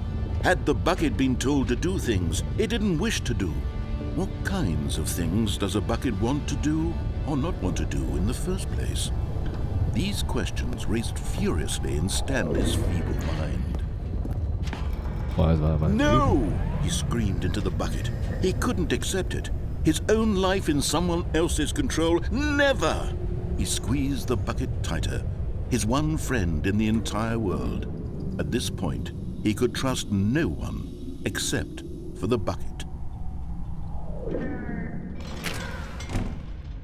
But here was the proof. The heart of the operation. Controls labeled with emotions, happy or sad or content. Walking, eating, working, all of it monitored and commanded from this very place. And as the cold reality of his past began to sink in, Stanley decided that this machinery would never again exert its terrible power over another human How many life. times do I have to For suffer? he and the bucket would dismantle the controls for good. Two best friends, Stanley and the bucket, up against... But at the last second, the bucket jumped in and pressed the button to turn on the controls. Stanley gasped in horror. Had this been the bucket's plan all along? To take over the machine and claim the power for itself? How could the bucket have betrayed him like this? Stanley was prepared to throw the bucket away in disgust when suddenly an image appeared upon the enormous screen. Birds. Silly, silly birds. The control buttons became active again.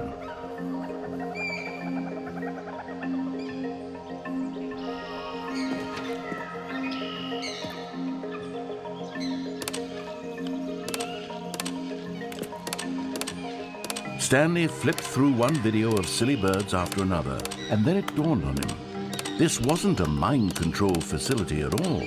It was a facility for monitoring and surveilling silly birds all over the world. The mind controls were only a facade to disguise its true intentions. Had the bucket known this all along? Stanley marveled at the metal genius in his hands, the one who had pointed him towards this incredible discovery.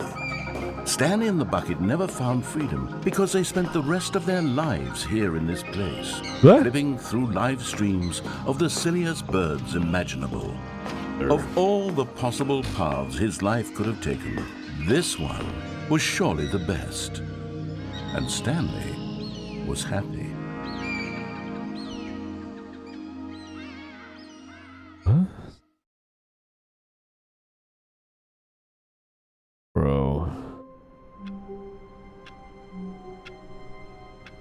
God. All of his co-workers were gone. What could it mean? Stanley decided to go to the meeting room. Perhaps he had simply missed a memo. Stanley lifted the bucket into his arms, and a wave of comfort rushed over him. Stanley clutched the bucket tightly to his chest. This was not the correct way to the meeting room, but Stanley had felt the bucket calling to him, telling him that the employee lounge was simply the place to be. And here it was. Had the bucket turned out to be correct? Was this better than the meeting room? Yes, Stanley thought to himself. No, never mind. The bucket was wrong. Stanley took the door on his left to go back to the meeting room.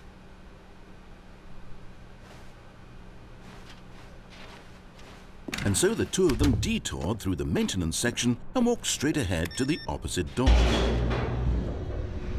I don't know what this is.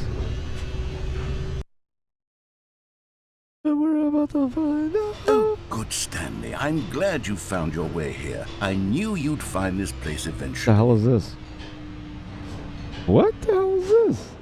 You see, your friends and I are concerned for you, Stanley. We've come together here because we care about you very much. It's this bucket you're carrying around everywhere. The bucket isn't even from the original Stanley Parable. It's just sequel content. We're the ones that matter, Stanley. Classic characters from the first game, like the Adventure Line and the Broom Closet. Because that's what fans want from a sequel. They want more of their favorite jokes, not this bucket that they've never seen before. Yes, I know I'm the one who gave you the bucket, but you're spending too much time with it. Don't you want another story involving the Adventure Line? We could make the Adventure Line go somewhere new. Yes, yes, that's what the fans want. Whee! Look at that wacky line. Who knows where it'll go off to next? Oh, and it played some silly music as well.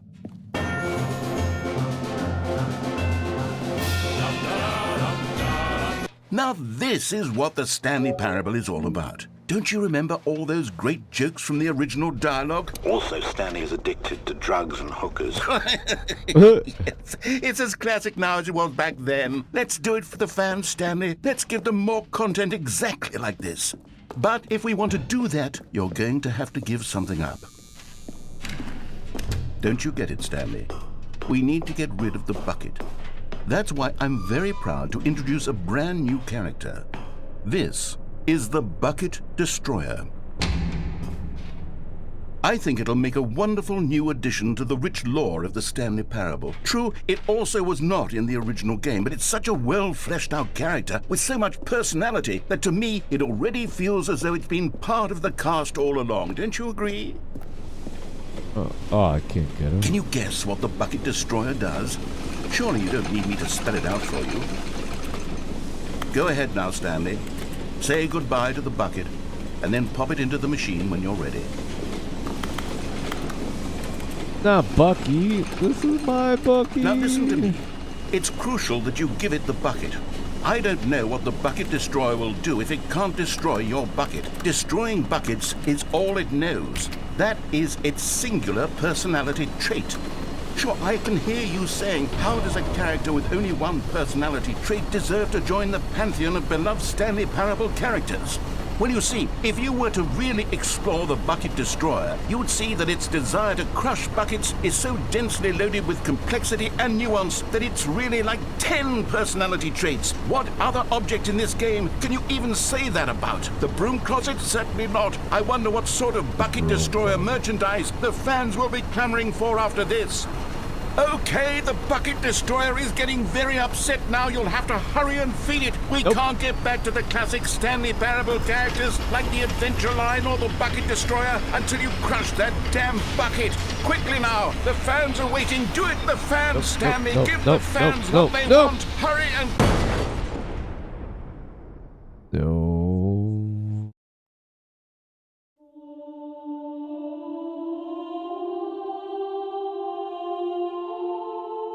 The Bucket Destroyer, my prized creation. You had so much potential. We were going to do such marvelous things with you, tell such spell-binding stories about you. All of it squandered now. Goodbye, new friend. For the moment in time that you were here, you were magnificent. machine. Priceless. Oh my god, please don't. Oh, I've only got one ending. What? All of his co-workers were gone. What could it mean? Stanley decided to go to the meeting room. The confusion and the chaos all seemed to melt away as Stanley embraced the bucket. Stanley clutched the bucket tightly to his chest and entered the door on his left. When does this washroom?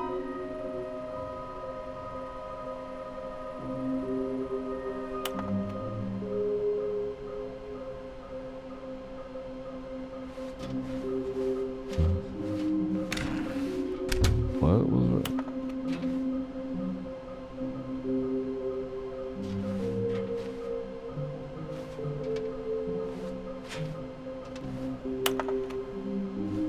What? Am I locked in? What? Is this on purpose?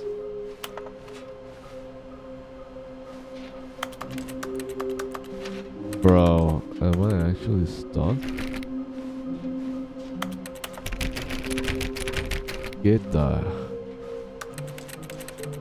What?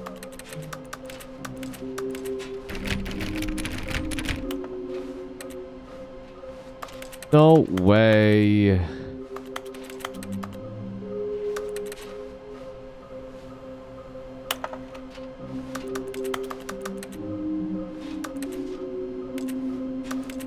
Bruh, what?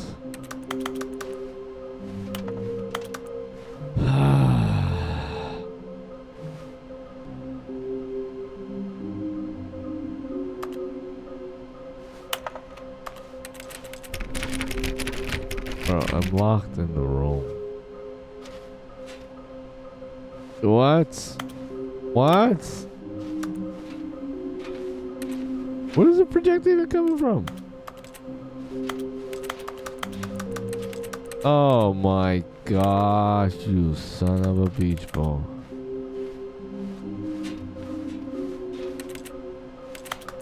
What the hell am I supposed to do? God damn it.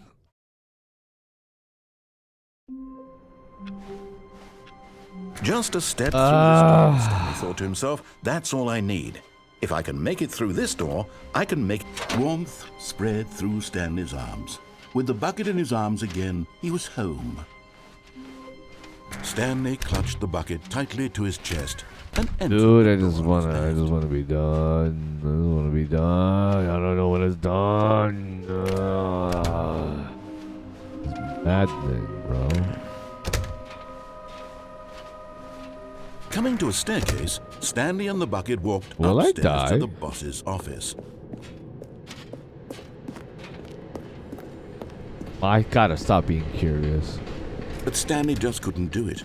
He considered the possibility of facing his boss, admitting he had left his post during work hours. He might be fired for that. And in such a competitive economy, why had he taken that risk? All because he believed everyone had vanished? His boss would think he was crazy. And then something occurred to Stanley. Maybe, he thought to himself, maybe I am crazy. He looked down at the bucket in his arms. Am I crazy? He asked the bucket. The bucket returned his gaze, but said nothing at all. Well, that's strange, Stanley thought. Usually the bucket is a source of guidance and wisdom for me in difficult times such as these. He held the bucket close, yet felt none of its familiar reassurance and comfort. And that's when Stanley realized, this isn't my bucket. It's just a normal, everyday bucket. Someone else's bucket, perhaps. How did I end up with someone else's bucket? This is all terribly wrong. Surely no good would come from this. Who knows what sorts of bizarre hallucinations Stanley might experience without the psychologically grounding presence of his bucket. And indeed, now he noticed that the rooms were repeating, which was, of course, very odd. And now he felt himself floating off the ground. Oh, gracious. he exclaimed. Without my bucket, I've gone truly mad. Where is it? I must find it. Far off in the distance now, he heard it calling to him. Stanley! Stanley, it's me, the bucket. Could it truly be? He rushed forward from room to room, passing by one bucket after the next. None of them were his. None of them were his special bucket. Come to me, Stanley. Find me. He had to find the bucket. He had to return to his old friend. It was the only way to truly restore his sanity. And then suddenly, he froze dead in his tracks. He knew where the voice of the bucket had been coming from. The real bucket was inside of him all along. It was incredibly painful. Stanley doubled over in agony and blacked out. I want to be done, please. For my sanity. This is the story of a woman named Mariella. Mariella woke up on a day like any other. She arose, got dressed, picked up her bucket of comfort and security, and walked to her place of work. But on this particular day, her walk was interrupted by the body of a man who had stumbled through town, talking and screaming to himself, and then collapsed dead on the sidewalk. Right away, she knew what the problem was. This man had no bucket. Of course he'd gone mad, ranting and raving about a narrator describing all of his actions and how everything is predetermined and free will is an illusion and it's all just a video game. It could all have been prevented if only he'd taken his bucket with him. Perhaps he didn't even realize he'd forgotten his bucket at home in the first place. How cruel the world can be, Mariella thought, and she hugged her own bucket even tighter. But of course, she had no time for this. There were a myriad of confusing problems she would soon have to confront at work, for which her bucket would provide absolute guidance and total clarity on everything. Heck yes, she thought to herself, my life kicks ass. And she backflipped all the way to work. He backflipped all the way to work is crazy.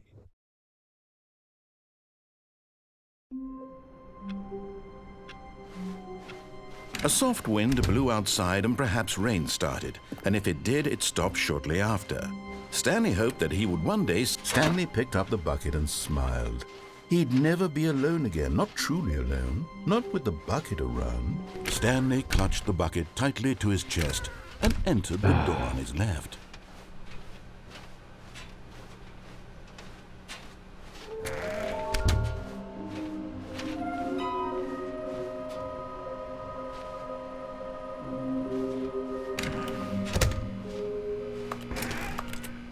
What? It opens? Oh, Stanley, can you feel it? The broom closet. It wants the bucket. You can feel that, can't you? The aura of jealousy. It's as clear as day. This broom closet believes it deserves the bucket. I can really feel it now. It's a bucket. It belongs in a broom closet. That's what the broom closet is trying to say here. It's supposed to go with the other cleaning supplies. Good for you, Stanley. Don't give in. Don't hand over the bucket. I know how hard it must be, given the pressure that the broom closet is putting on your shoulders right now, but you have to be strong. This is your bucket. This is your companion and lifelong friend. You can't hand it over. Oh, no. We're getting into name-calling now, it seems. Is this how low the broom closet has sunk, that it has to resort to this stream of petty insults simply in order to get you to hand over the bucket? Stanley, I never liked this broom closet for a variety of reasons, but even this is worse than I had imagined. And wait, now the broom closet has the gall to imply that you and the bucket are not truly deep and lasting friends? That your relationship is purely superficial and convenient? That you're coming to a staircase? I'm not doing Stanley that. and the bucket walked Get me upstairs to the out. boss's office. 2845, 2845, 2845. Stepping into his manager's office, Stanley was once again stunned to discover not an indication of any human life. Crushed by the weight of this revelation, but Stanley guessed the correct code by sheer luck. Was it that the bucket knew all along? Was the bucket guiding him? Yes, this is certainly the most logical explanation.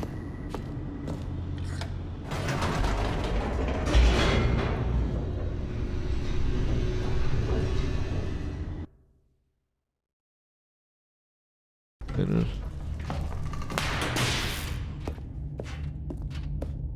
Stanley and the bucket walked straight ahead through the large door that read, Mind Control Facility. Although this passageway had the word escape written on it, the truth was that at the end of this hall, Stanley and the bucket would both meet a violent death.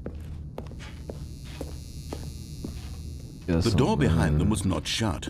Stanley and the bucket still had every opportunity to turn around and get back on track.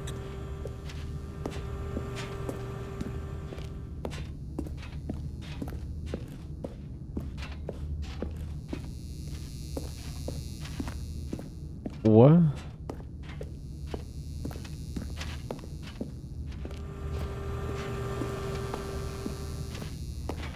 What is the difference? But of course, Stanley and the bucket thought better of it and realized, nope, it's death for Stanley and the bucket. Alright, I'm curious. I should stop being curious and just... How do you beat something like this? At this point, Stanley and the bucket were knowingly walking forward into a very painful death for each of them. Let's go, Buccarino. Let's go, Bucky.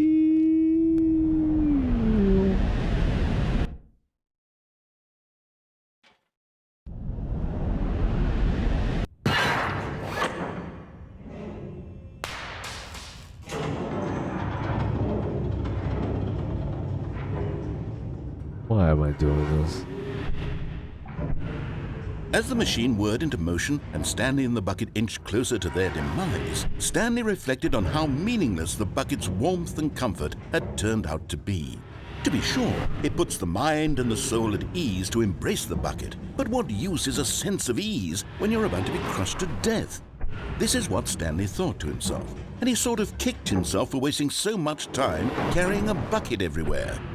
Farewell, Stanley.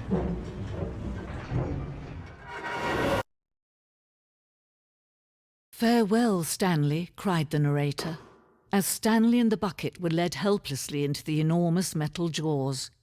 In a single visceral instant, the bucket's life came to an end as it was crushed violently to death. Oh. It was a shame, the death of such a magnificent bucket.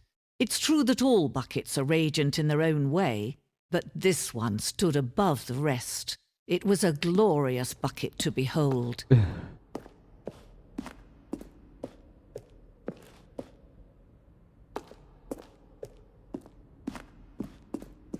Can you see how arrogant it was for Stanley to take a bucket like this and to claim it for his own? Can you see the hubris that blinded him? Can you see that the bucket is far more noble than Stanley will ever be in his short life?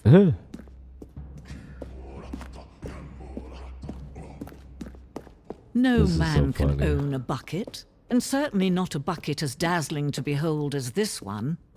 It is man who should kneel before the bucket. Oh crap, it's a glass floor.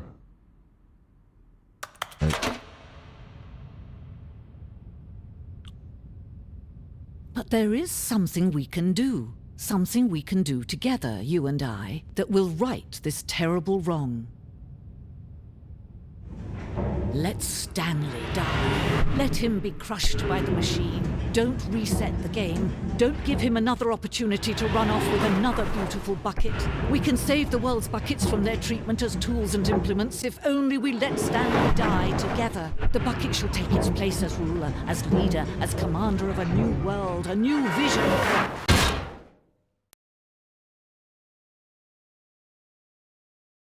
Vibrating and it stops is crazy. So are we bucket now? Am I bucket? Motherfucker. All of his co-workers were gone. Oh my What could it god. mean? I'm not grabbing the Stanley fucking decided bucket. to go to the meeting. Okay, with I'll the grab good the old fucking bucket. Just Stanley and the bucket, off on another thrilling adventure together. Did I not pick up the bucket? I don't know. I'm tired of this. I die with the bucket, die without the bucket. Bucket, bucket, bucket, bucket, bucket, bucket, bucket. Fuck it.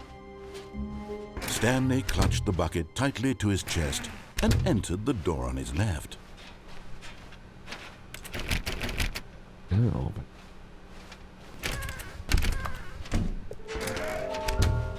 but when it closes on me, it doesn't work for shit, huh, bitch? Oh, fuck.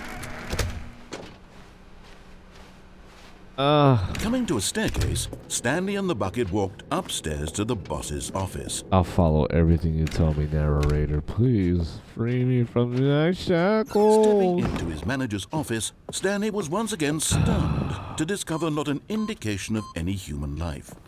Crushed by the weight of this revelation, Stanley may have broken down but Stanley guessed the correct code by sheer luck. Was it that the bucket knew all along? Was the bucket guiding him? Yes, this is certainly the most logical explanation. So the dialogue hasn't changed. Ian Bucky over here. We're going where we gotta go, buddy. Ian Buccarino.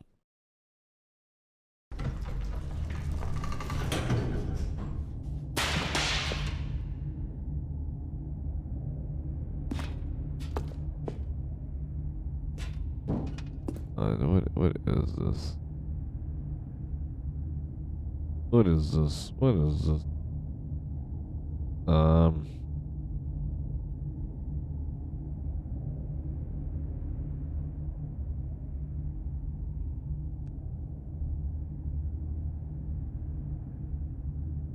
What? Wait.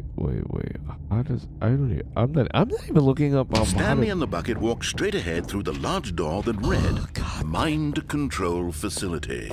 I gotta press all these 3 fucking buttons again. Why did I do this? Rose to on myself. an enormous room packed with television screens. What horrible secret did this place hold? Stanley and the bucket both wondered to themselves.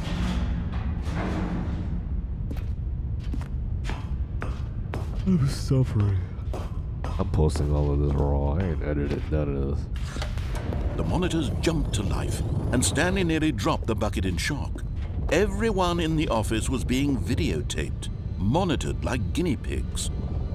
The bucket had never seen anything like this, and it very nearly burst into tears as Stanley cradled it gently, reassuring it that everything would be fine. Yeah, well, it's not fine. I'm losing my goddamn mind already. Was the bucket under the mind control facility's influence as well?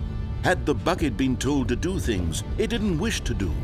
What kinds of things does a bucket want to do or not want to do in the first place?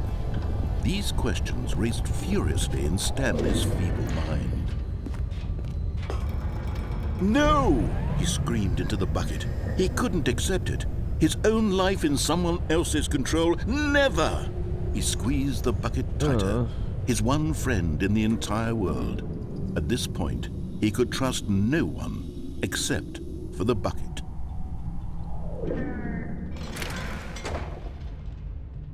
But here was the proof. The heart of the operation. Controls labeled with emotions, happy or sad or content. Walking, eating, working, all of it monitored and commanded from this very place.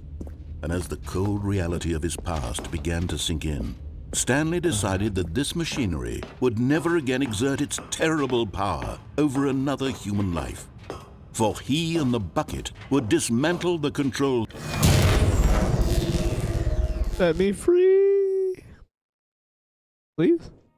Stanley and the bucket waited in blackness. Please. Was it over?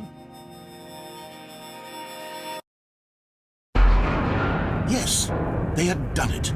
Stanley and the bucket had defeated their greatest and darkest enemy, freed themselves from the tyrannical grip of the evil mind control machine. Liar. Freedom was now mere moments away. Lie. Excitedly, the two of them began to discuss the kind of life they wanted to live once they stepped through this massive door.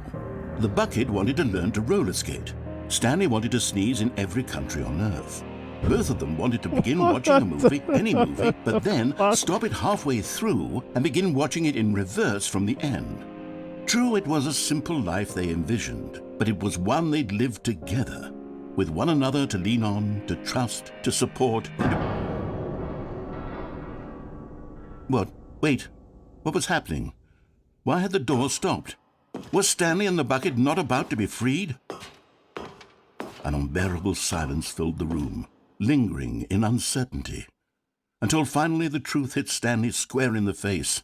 This building did not want the bucket to leave. Even the facility itself recognized the incredible calming presence of the bucket, needed the soothing warmth of the bucket, would go to any lengths not to part with the bucket. No. Stanley can't leave this place, not while he has such a precious bucket in his arms, not while this building has anything to say about it.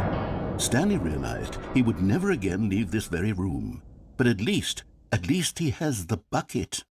To be trapped eternally in darkness isn't really so bad, Stanley thought to himself. As long as I have my bucket with me, right? I'll be okay, won't I? Stanley gulped. Very soon now, he was about to find out. Are you kidding me? Are you kidding me?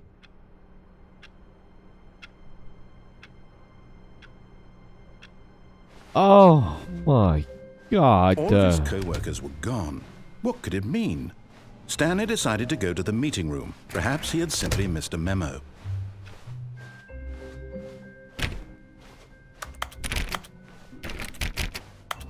When Stanley came to a set of 2 open doors, he entered the door on his left. Oh my God, that wasn't even an ending.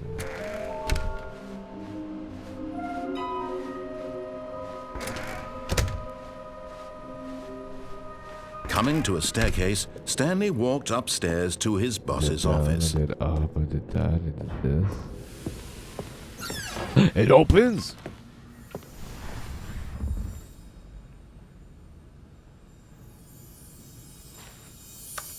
Another miniature Stanley figurine. This, there really must be a snappier name for these things. What about mini-stands? Stanley figs? Or what about Stanlerines? Yes, I think I like that.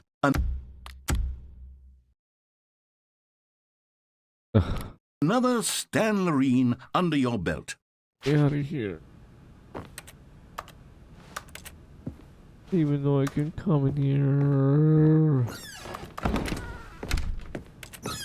What in the flying fuck have I been doing? Oh my God, there's more to discover.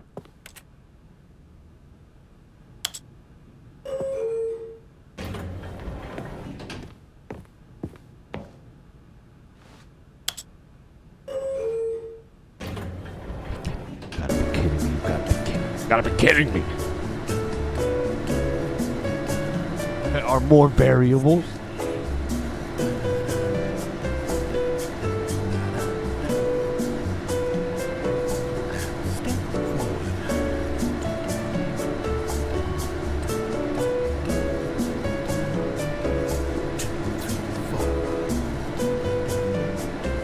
And I left my bucket.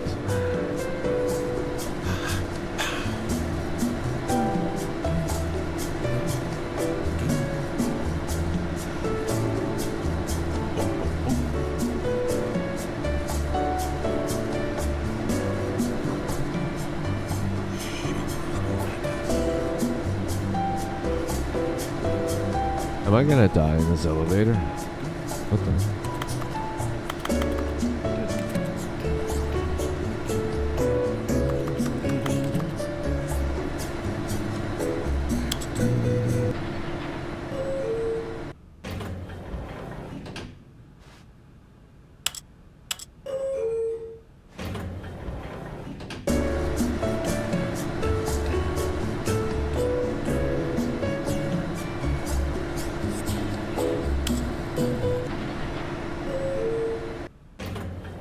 Oh my goodness, that's a whole lot of nothing. Here's the door, just go.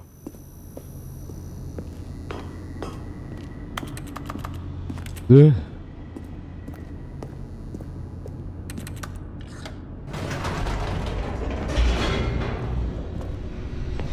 Oh my God, driving me nuts. Oh, what now? Stanley walked straight ahead through the large door that read Mind Control Facility.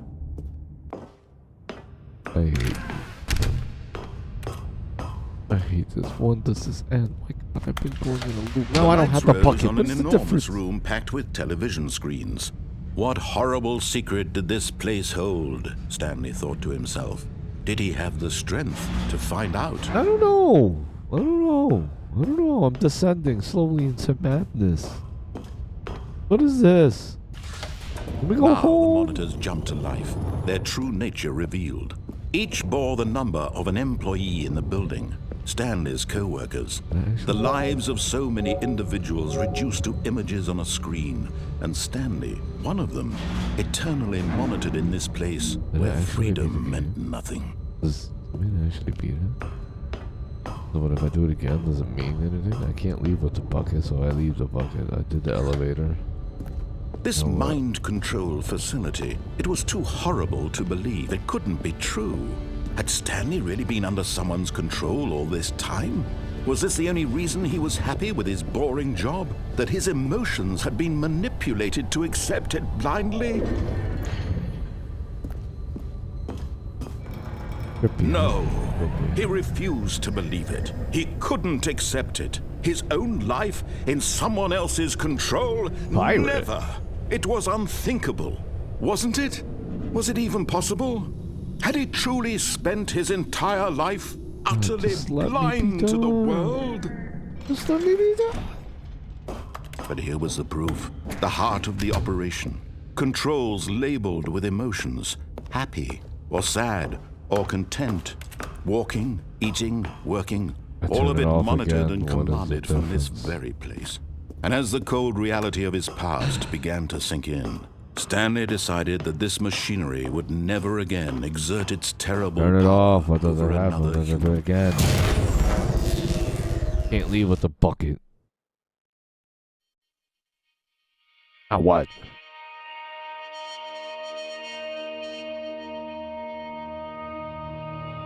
Blackness and a rising chill of uncertainty. Is the same thing again? Was it over?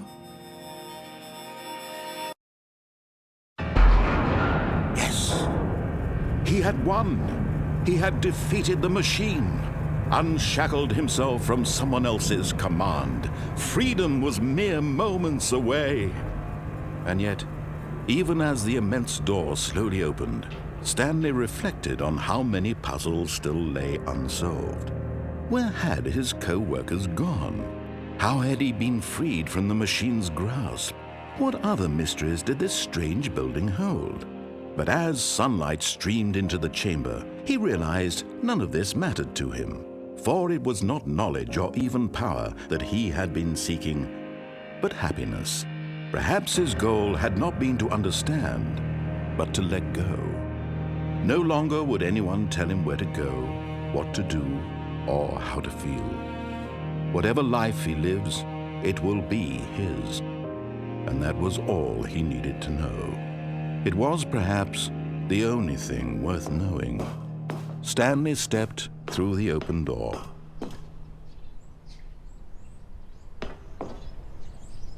Stanley felt the cool breeze upon his skin, the feeling of liberation, the immense possibility of the new path before him. This was exactly the way, right now, that things were meant to happen. And Stanley was happy.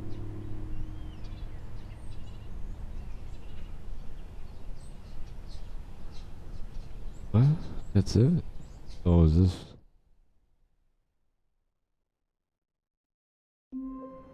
What are you talking about?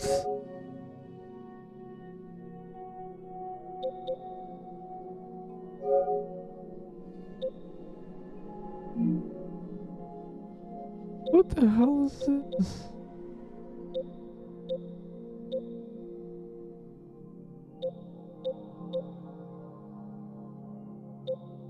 What?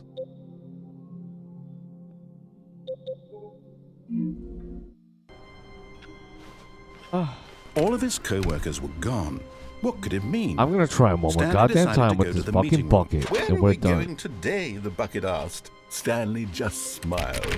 Anywhere they went together would be perfectly fine with him.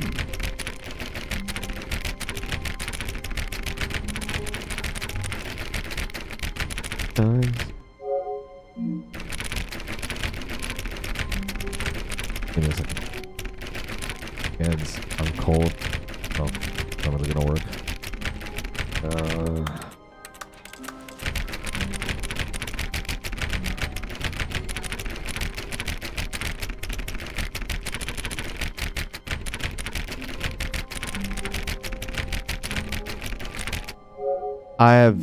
I'm long gone. I have to send it into Navy.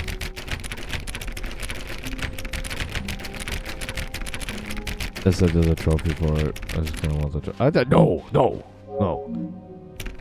Stay focused. What? Stanley clutched the bucket tightly to his chest and entered the door on his left.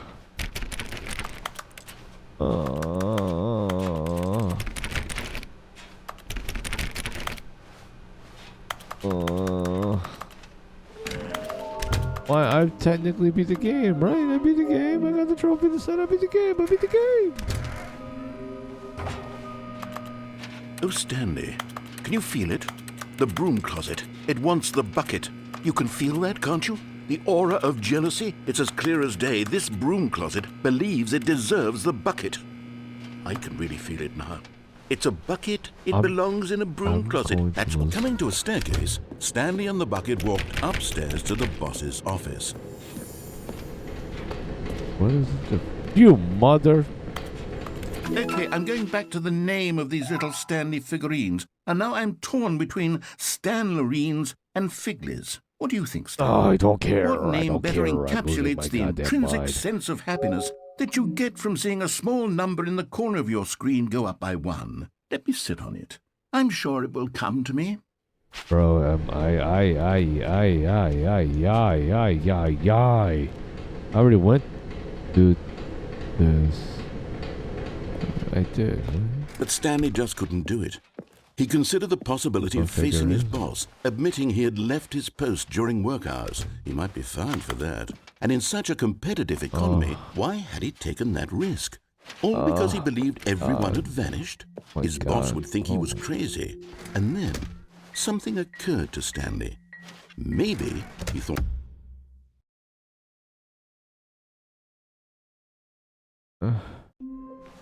All of his co-workers were gone. What could it mean? Stanley decided to go to the meeting room. Perhaps he had simply missed a memo.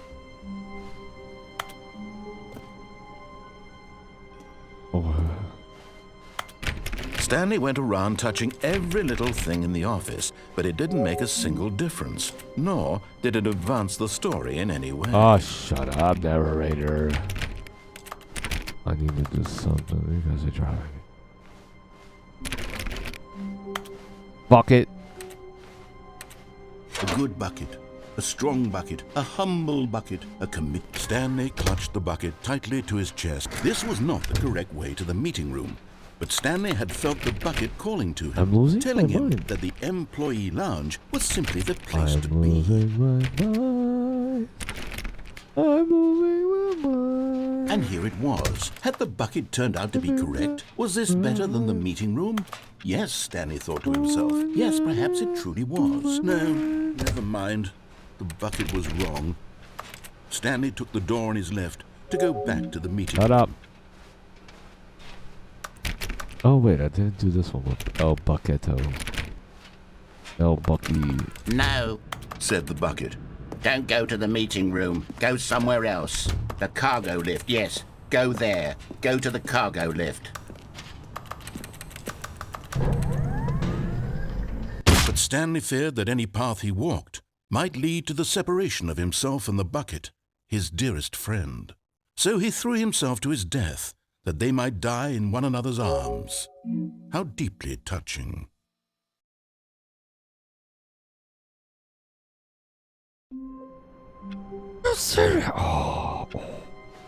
Someone was following Stanley. He was sure of it. If he checked over his shoulder now, he would surely catch them. It was only a matter of time.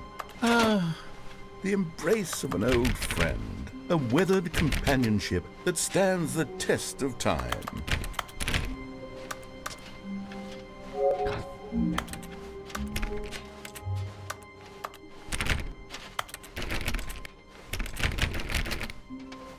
Stanley clutched the bucket tightly to his chest. This was not the correct way to the meeting room, but Stanley had felt the bucket Losing my calling to him, mind. telling him that the Mind. employee lounge was simply the place to be. And here it was. Had the bucket turned out to be correct? Was this better than the meeting room?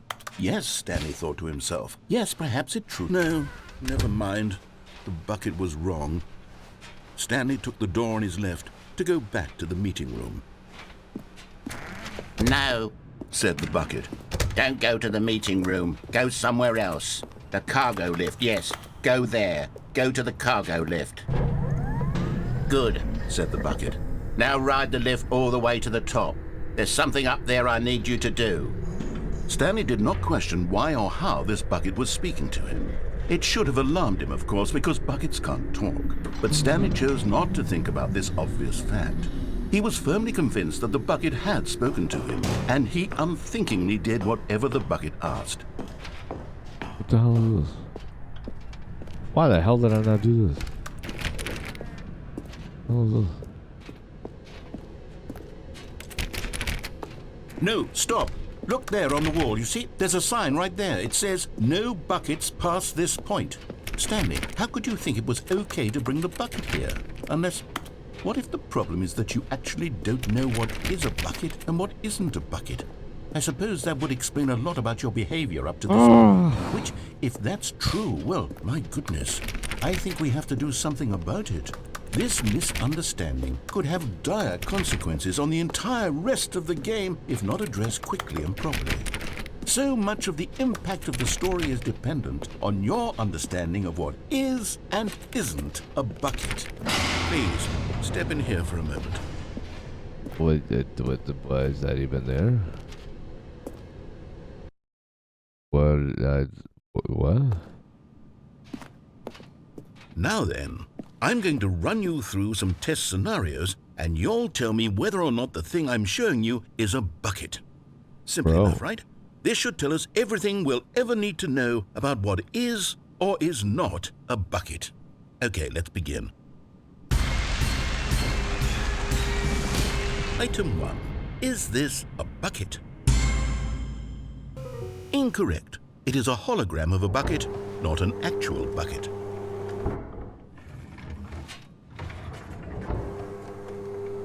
Item 2. Is this a bucket? Incorrect. It is a 3D printed recreation of a bucket, not an actual bucket.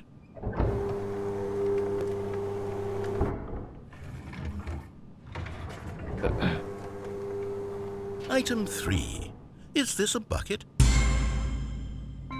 Correct. This is a bucket.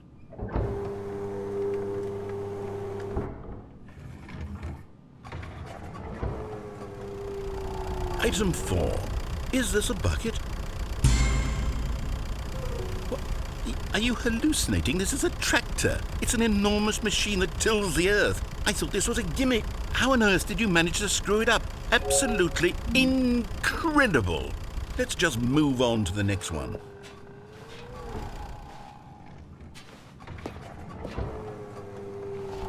Is this a bucket? Correct. This is a bucket.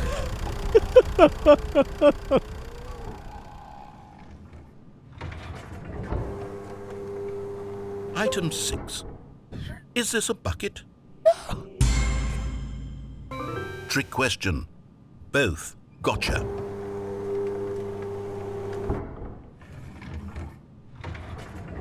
Item... Wait, hold on. I can't find the next one. Let me see. It should be around here somewhere.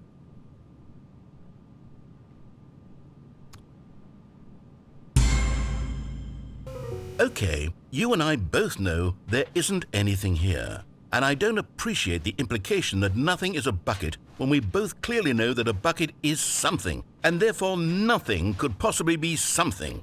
Unless, in your twisted mind, have you somehow convinced yourself that a bucket is nothing? Answer me straight, Stanley. Do you believe that nothing is a bucket?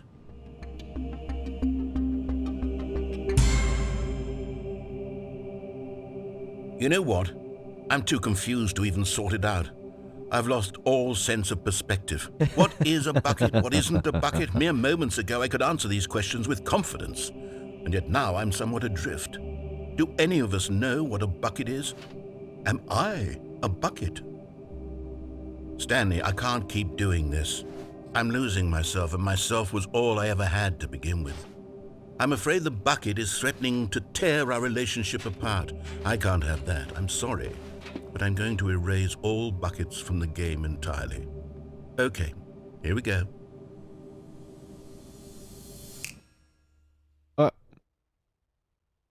What happened? Is everything gone? Why did everything disappear? Wait, was everything a bucket? Every single thing in the game was a bucket? Oh my God, I had no idea. How could... Except me. I'm not a bucket after all. And you, Stanley, you're still here. You're not a bucket either. Oh, this is wonderful news. We're not buckets. Yes, I actually feel much more at ease right now. It's delightful to get some clarity on that issue. But it doesn't change the fact that we haven't got a game. So, tell you what. I'll reset everything and we'll put back all of the buckets, okay? And we'll know that it's all a bucket. But if you run into anyone else, maybe don't mention that. Who knows what that information might do to a person? All right, here we go. Oh my God. All of his co-workers were gone. What could it mean? Buy the paper. Stanley decided to go to the meeting room. The bucket made Stanley want to be a better man and a better co-worker. In time, perhaps, he would become both of those things. Stanley clutched the bucket I did tightly the stuff to the right. This was not the correct the way stuff to to the the meeting left, room. and I do what's But on the Stanley right. had felt the bucket calling to him, telling him that the employee lounge was simply the place to be. Was it? I don't know where I'm supposed to be, but I am. And here it was. Had the Boss. bucket turned out to be correct? Was it? No, never mind. The bucket was wrong. Stanley took the door on his left to go back to the meeting room. No, Said the bucket. don't go to the meeting room. Go somewhere else. The cargo lift, yes. Go there. Go to the cargo Oh, that lift. door open? Good. Said the bucket. Now ride the lift all the way to the top. Oh, I There's died. something up there I need you to do. Stanley did not question why or how this bucket was speaking to Is him. that door open? It should have alarmed him, of course, because buckets can't talk. But Stanley chose not to think about this obvious Is that door fact. open? Is that He was door firmly open? Is that convinced door that the open? bucket had spoken to him, and he unthinkingly did whatever the bucket asked. Son of a bitch.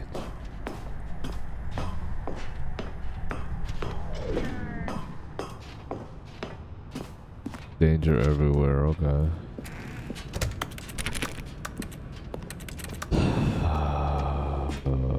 No, stop. Wow. Look there on the wall, you see. God. There's a sign right there. It says, no bucket.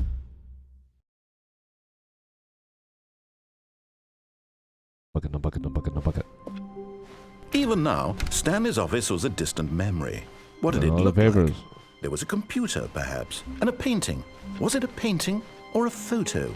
He could no longer recall. Yeah, I can't. When Stanley came to a set of two open doors, this was not the correct way to the meeting room, and Stanley knew it perfectly well. Perhaps he wanted to stop by the employee lounge first, just to admire it. I must have done something right because the variable. The lounge was paper. grand, majestic, perhaps Something too, new. but eager to get back to business, Stanley took the first open door No, on his left. I did it. Stanley was so bad at following directions, Shut up. it's incredible he wasn't fired years Shut up. ago. Your face also. Look, Stanley, I think perhaps we've gotten off on the wrong foot here. I'm not your enemy, really, I'm not. I realize that investing your trust in someone else can be difficult, but the fact is that the story has been about nothing but you all this time. There's someone you've been neglecting, Stanley. Someone you forgot. What? Really? I was in the middle of something. Do you have zero consideration for others? Are you that convinced that I want something bad to happen to you? Why, I don't know how to convince you of this, but I really do want to help you, to show you something beautiful. Look, let me prove it. Let me prove that I'm on your side. Give me a chance. You're getting closer, Son of a Stanley. bitch. You've nearly gotten all of the Figler and Marines. Very soon, you'll collect the last one, and then the first number will equal the second number, and that will be it. We'll be different people by then. Different in the sense that we used to have none of them, and now we have them all. You can't go back to when you had no Figler and Marines. None of us can. Are you like... Now listen carefully, this is important. Stanley walked through the red door. Aha, perhaps you misunderstood. Stanley walked through the red door. I still don't think we're communicating properly. Stanley walked through the red... All right, fine, go ahead, Stanley. You want to know so badly what's out there? You want to find out what lies at the end of this road you've chosen? Well, don't let me stop you. You see? There's nothing here. I haven't even finished building this section of the map because you were never supposed to be here in the first place. Broken rooms, exposed developer textures. Is this what you had wanted? Was it worth ruining the entire story I had written out specifically for you? Do you not think I put a lot of time into that? Because I did. And in the end, it was all for nothing. Because this is what you wanted to see. Help me here, Stanley. Help elucidate these strange and unknowable desires of yours. What would have made this game better? What did you want to see? Vehicles? Skill trees? Work with me. You've given me absolutely nothing so far. Tell you what. Let me take a stab in the dark at a new design, and you can give me some feedback. There we go. A third option. This already feels leaps ahead of where we were before. Go ahead, Stanley. Take it for a spin. Okay, I'm going to stop you there. Now, tell me about your experience with this new version. Would you say that the game benefited from allowing you more choices? Feel free to be honest. I'm looking for some real critical feedback here. A 1? I mean, I can understand if you had reservations, you saw ways the game could be improved to more fully express itself mechanically and artistically, but a 1? That's not even helpful. What am I supposed to do with that? But I guess it isn't my place to judge. Here, based on the data from your previous playthrough, I've compiled a new version. And to be perfectly candid, I think I've knocked it out of the park with this one. Let's take a look.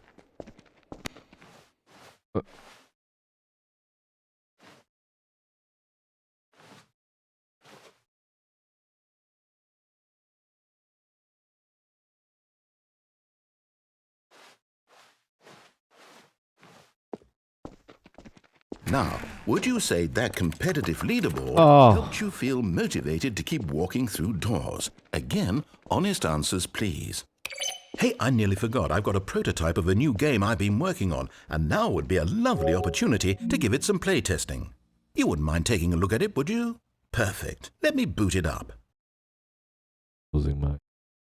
In this game, the baby crawls left towards danger. You click the button to move him back to the right. And if he reaches the fire, you fail. It's a very meaningful game, all about the desperation and tedium of endlessly confronting the demands of family life. I think the art world will really take notice. But of course, the message of the game only becomes clear once you've been playing it for about 4 hours. So why don't you give it 4 hours of play to make sure it's effective? Be sure to keep notes on your experience.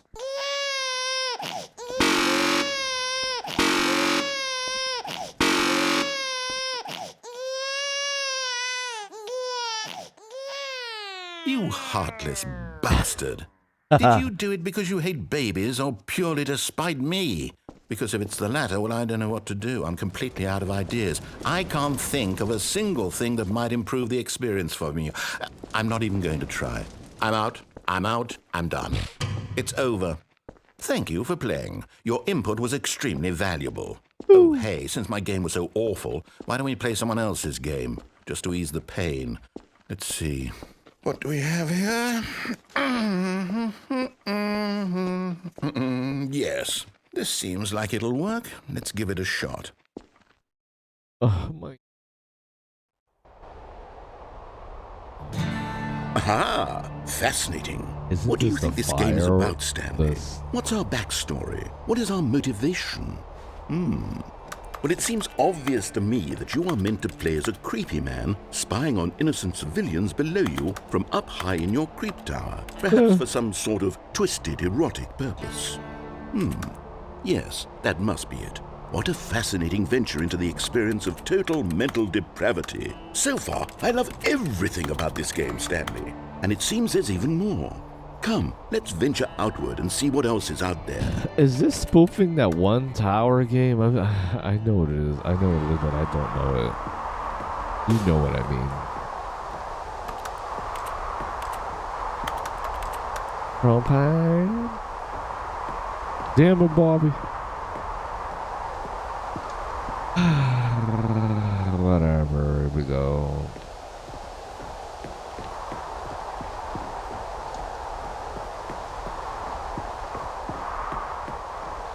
Oh, no. No, it can't be. It is. It's an open world game. Good God, quickly, block it off. Thank goodness, Stanley. What a close call. You nearly wandered off into that thing. That big, open, just wandering around. No right or wrong directions. No path to follow. You can just go in any... Oh, thank heavens we avoided it. We're out of the woods now, Stanley. Okay, I'm going to get us out of here. Let's find another game. Preferably something with walls. Something with nice, big, insurmountable walls. Okay, I think this will be just the thing. Oh, God, what now?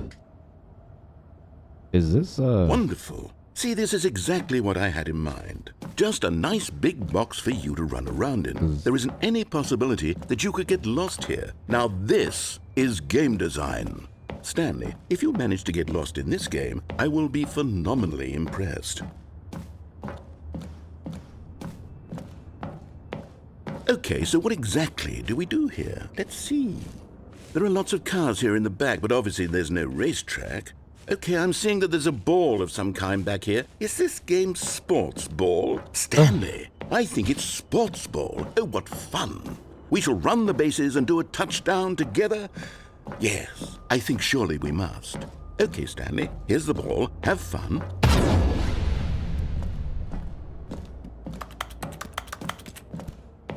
oh, yeah, baby.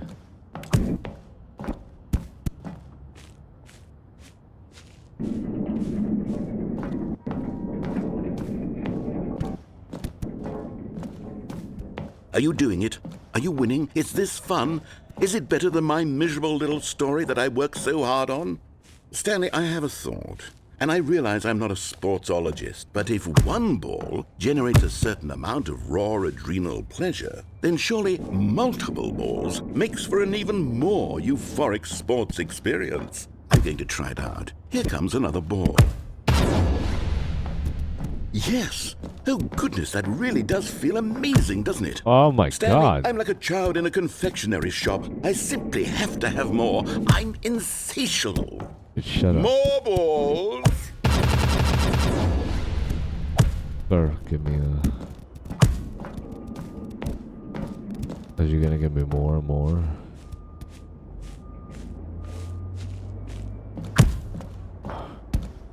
Are you enjoying this, Stanley? Are you having fun?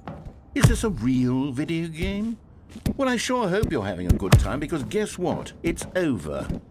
That's right. Your little fun comes to an end. This is my game, and what I say... Hold on. What are you doing? Give me too much freedom. Stanley, don't do that. I can't follow you there. I can't help you. How will you write a story without me? You can't do it. You know that. Stanley, come back.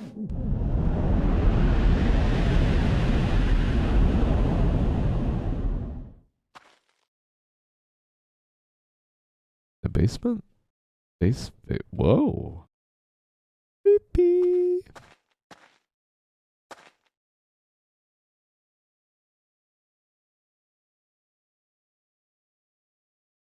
A rifle for a robbery is crazy.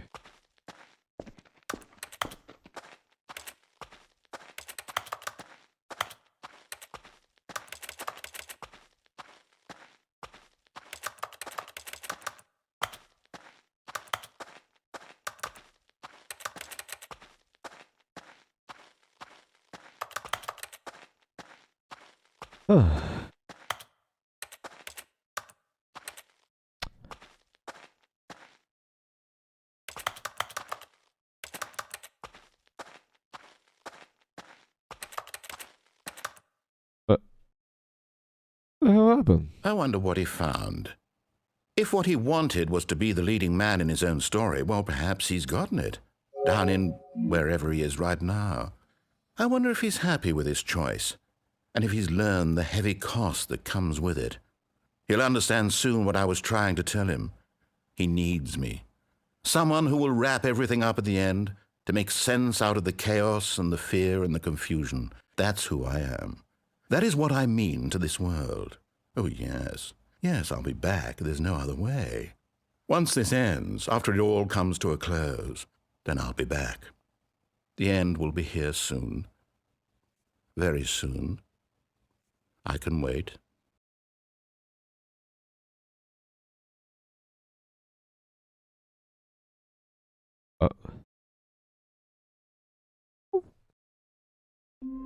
Oh. All of his co-workers were gone. What could it mean? Stanley decided to go to the meeting Bucket. room. Perhaps Let's go, not Bucket. everyone is so lucky to have a bucket, but Stanley is a very lucky fellow. Very lucky indeed. Stanley clutched the bucket tightly to his chest. This was not the correct way to the meeting room, but Stanley had felt the bucket calling to him, telling him that the employee lounge was simply the place to be. Listen, I'm going And here 2 it more was. laps around Had and the then that's bucket it. turned I'm out to done. be correct? Was I no, am never mind. exhausted. The bucket was wrong. Physically and mentally of Stanley this. took the door on his left to go back to the meeting room. Ew. No, Said the bucket. Don't go to the meeting room. Go somewhere else. The cargo lift, yes. Good, Said the bucket. now ride the lift all the way to the top. There's something up there I need you to do. Wait. Stanley did not question Wait. why or how this Wait. bucket was speaking to Wait. him.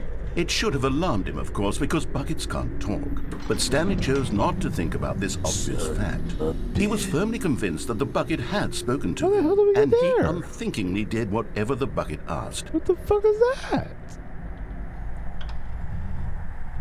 What the fuck is that? What is it? In here. Said the bucket. Go into this dark room over here. Mother. Stanley once again obeyed blindly.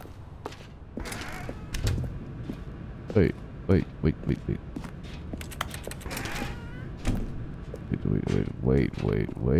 What is that? Oh my god, you guys are messing with me. Oh. Huh. Okay. In the darkness we go. Now pick up the phone. Said the bucket. Buckets. Pick up the phone and it will take us back home where we can go. This is the sad story of a man named Stanley and his bucket. Once upon a time, I gave Stanley a bucket because I thought he was lonely and could use a friend. And then, very distressingly, he began to believe the bucket could speak to him.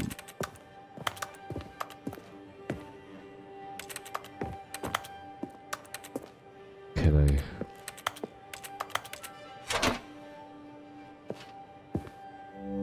The Stanley Parable Reassurance Bucket was merely meant to provide the comforting glow of companionship. It doesn't literally talk and give you orders. Whatever Stanley is hearing the bucket say to him is just in his head. Lately, I've been concerned about him. Wouldn't you be concerned as well? To see him delusional like this, obsessing over an inanimate metal object? I want to say something to him, but I don't know how I can convince him. I don't know if he'll listen to me. Well, I'll try anyway. Stanley, can you hear me? Listen to me. It's just a bucket. It can't think. It can't talk. All it will ever truly do for you is effectively transfer a liquid from one location to a different location. That's it. It doesn't do anything else. How dare you speak of my Bucky like that?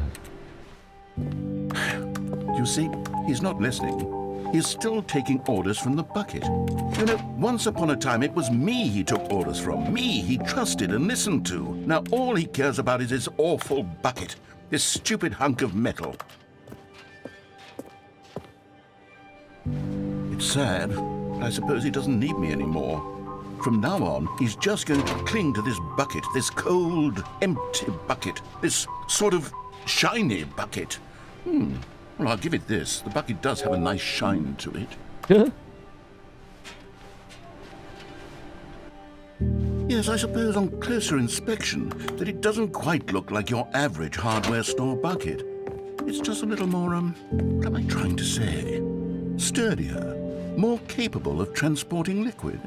Like it would be better at moving an amount of water from one room to another. Oh my God, what am I saying? Better at carrying water from room to room. It's a bucket. It's literally just a bucket. Why do I feel some need to point out the ways in which it's so much more than just a regular bucket?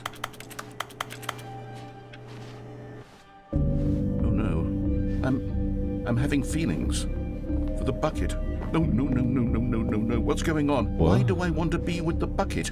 Hear what the bucket has to say. Do What? anything it asks. What? What's wrong with me? I don't understand. Perhaps if I had the bucket, this would be less confusing. Yes, the bucket could tell me what to do in this troublesome situation. Stanley, give me the bucket. Give it to me. Give me the bucket, Stanley. I need it. Give it to me now. Give it or I'll...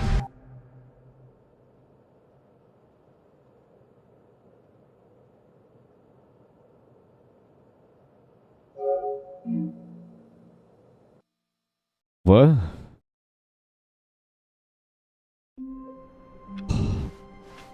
All of his co-workers were gone.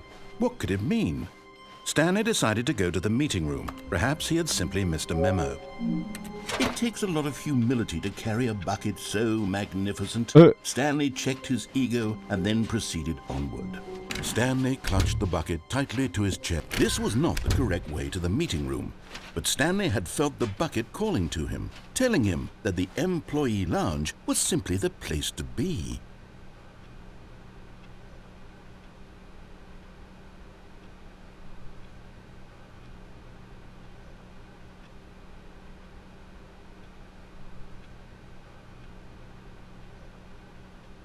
Ooh, that's a special kind of thing.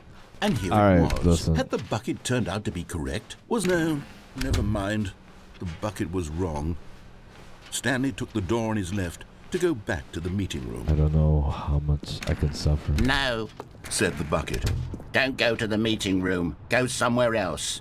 The cargo lift, yes. Go there. Go to the cargo lift. And there it is. The last Stiggly Wiggly. Savor this moment, Stanley. This is a real accomplishment. I hate This you. is doing something just for the sake of doing it. I felt Where it. so many people expect to be rewarded for the most trivial achievements, you've insisted that a job well done is its own reward. Yeah. I would tell you that I'm proud of you for collecting them all, I but hate that you. would be like a reward, and we can't have that. I so, hate you. Instead, I'll just say, it's done. We're all done here. And now we can go to whatever the hell you were doing before you hunted for figurines. God, you're such an ass. That bench doesn't seem that far.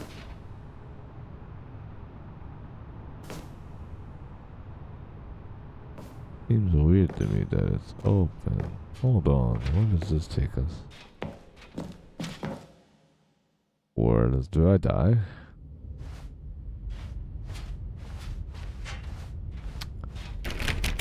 See, this is the stuff I'm talking about. What have I been doing?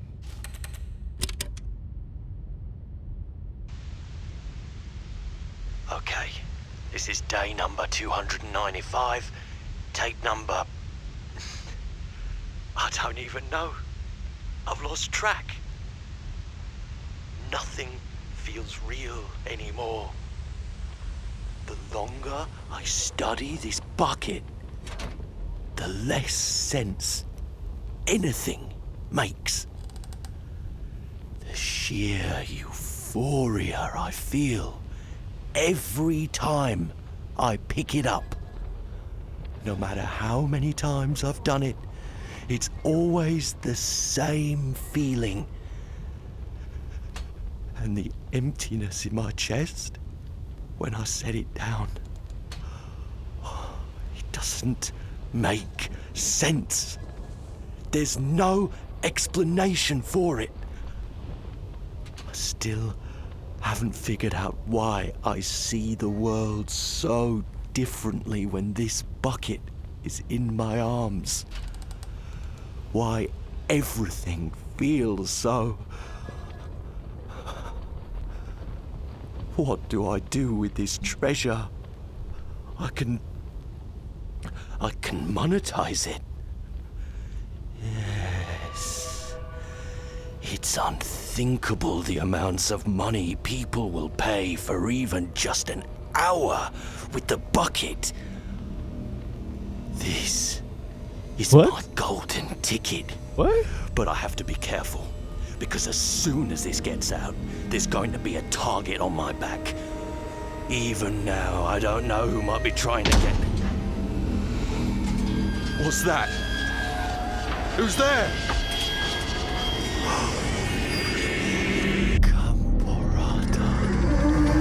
Camporata. What is this game turned into?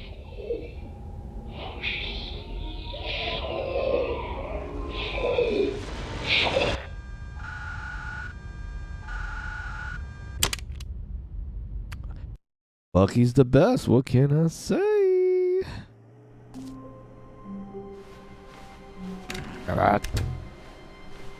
Stanley, I'm sorry, but I have to put a pause on things. It's those figurines, those figglers.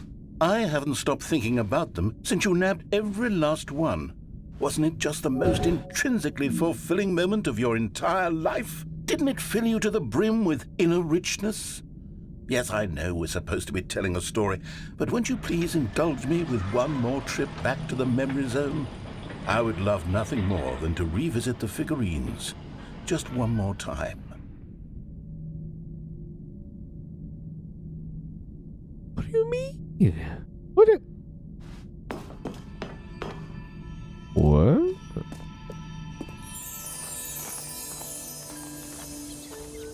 Oh.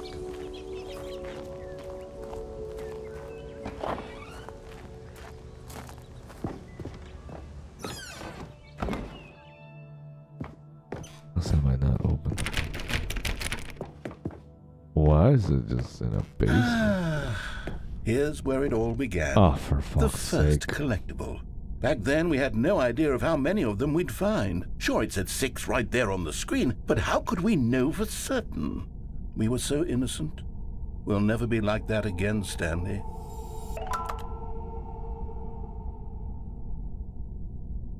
Oh, what? That's crazy. And here was the second Stanlerine. You found this one all on your own just by poking around behind the boss's office. You did that, Stanley. Yeah. I'll be honest. Back then, I had no faith in you to find any of them, let alone 6. But you continue to surprise me in all sorts of mundane, unremarkable ways.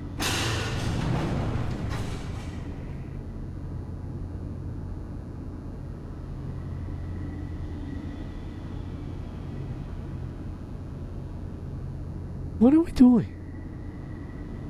Does this game just not end? Okay, let's do a little quiz. Which of these rooms was the room you found your third mini stand? I Can you don't remember? fucking remember.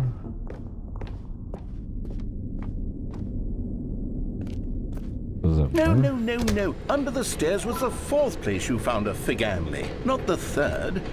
Well, I guess perhaps I shouldn't be surprised. Memories like these are so precious and so cherished that they all just sort of blend together, don't they? You know what? if under the stairs feels like the third place you found a collectible, then who am I to go making judgments? Oh my god. Get me out of here.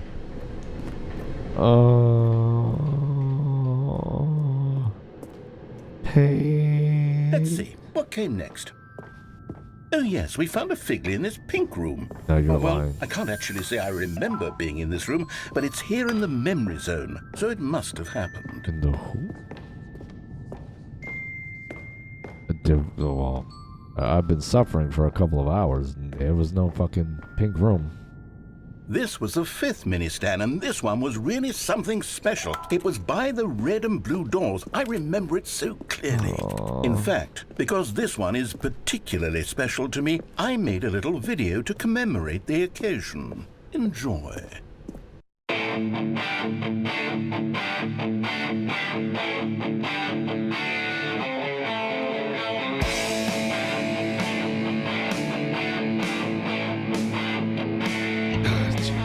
Christ, bro.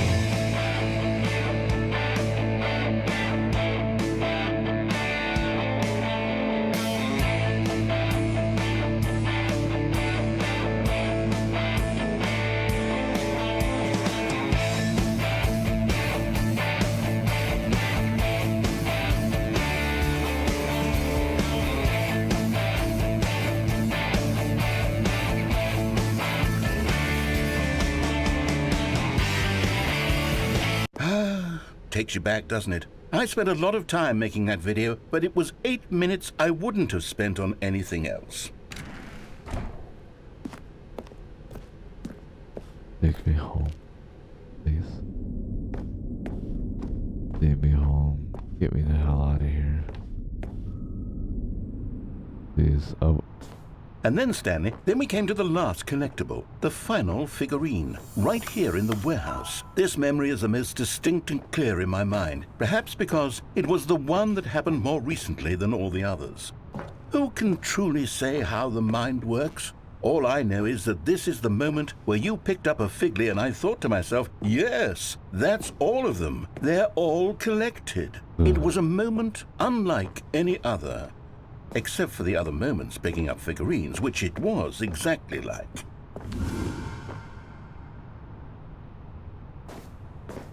Oh.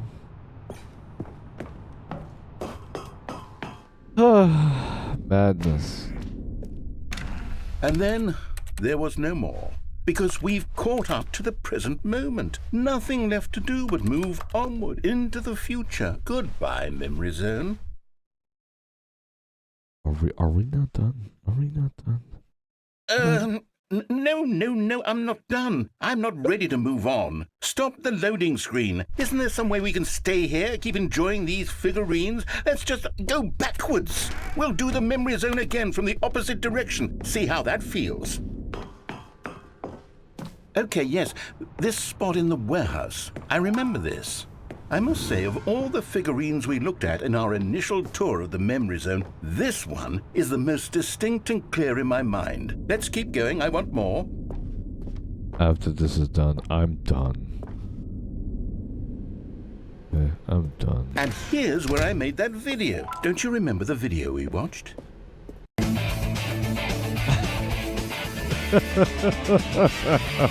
Yes, I love that video.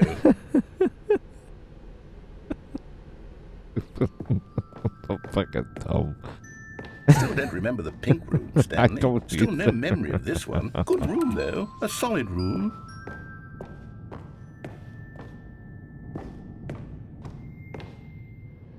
These really were a treat to hunt down. You know, if there had been any kind of reward for finding all of these, it really would have muted the intrinsic joy of collecting them. I'm very glad we resisted the temptation. Next one. I'm losing my mind. Please take me home. I want to go home, even though I'm already home. You know what I mean?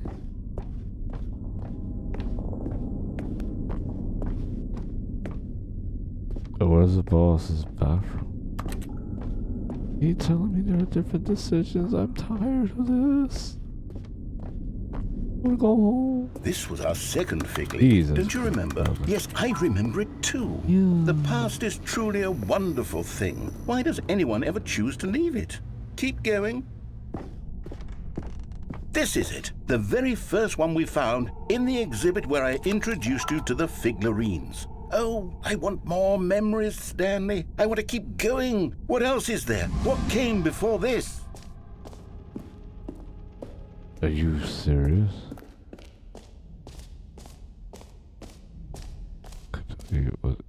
What? Get me out. Get me the fuck out of here. Look, it's the terrible new content that we were originally sold on. I remember hating it back then, but time does put a rosy filter on everything. In fact, oh yes, the two doors! Who could have forgotten that? A classic memory, this one. Huh.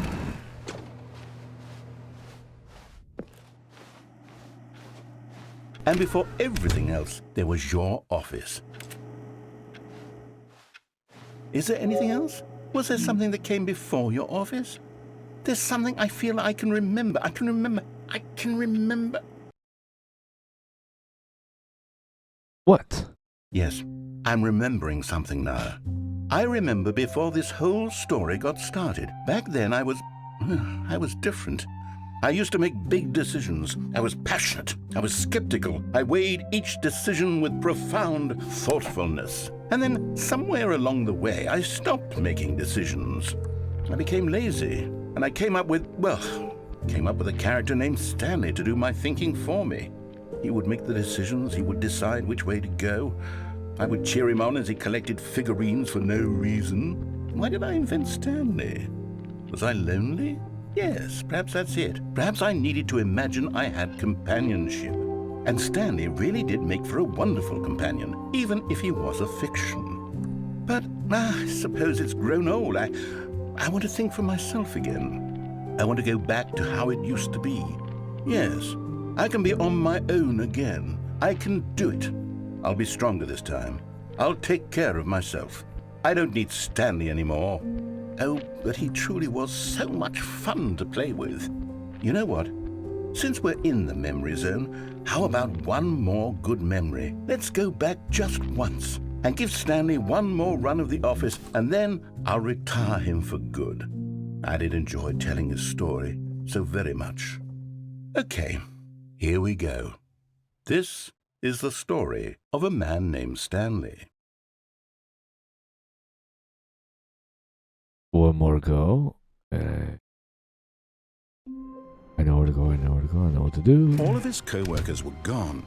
What could it mean? Stanley decided to go to the meeting room. Perhaps he had simply missed a memo.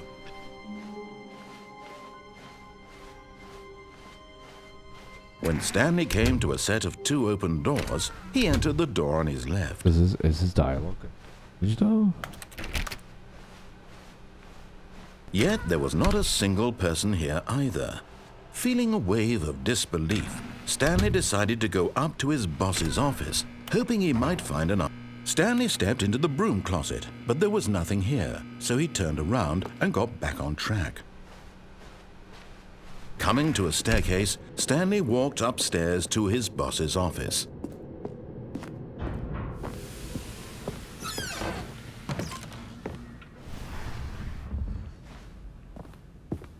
I'm cold down here.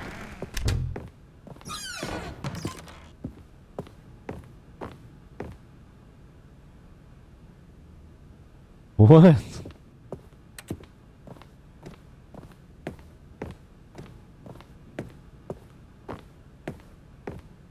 Here's the door, just go.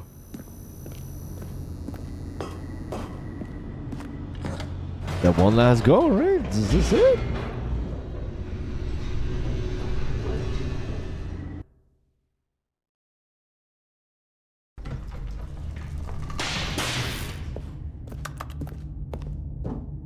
Stanley walked straight ahead through the large door that read Mind Control Facility. Whether it's a real whatever, I'm done either way. The lights rose on an enormous room packed with television screens. What horrible secret did this place hold? Stanley thought to himself. did he have the strength to find out?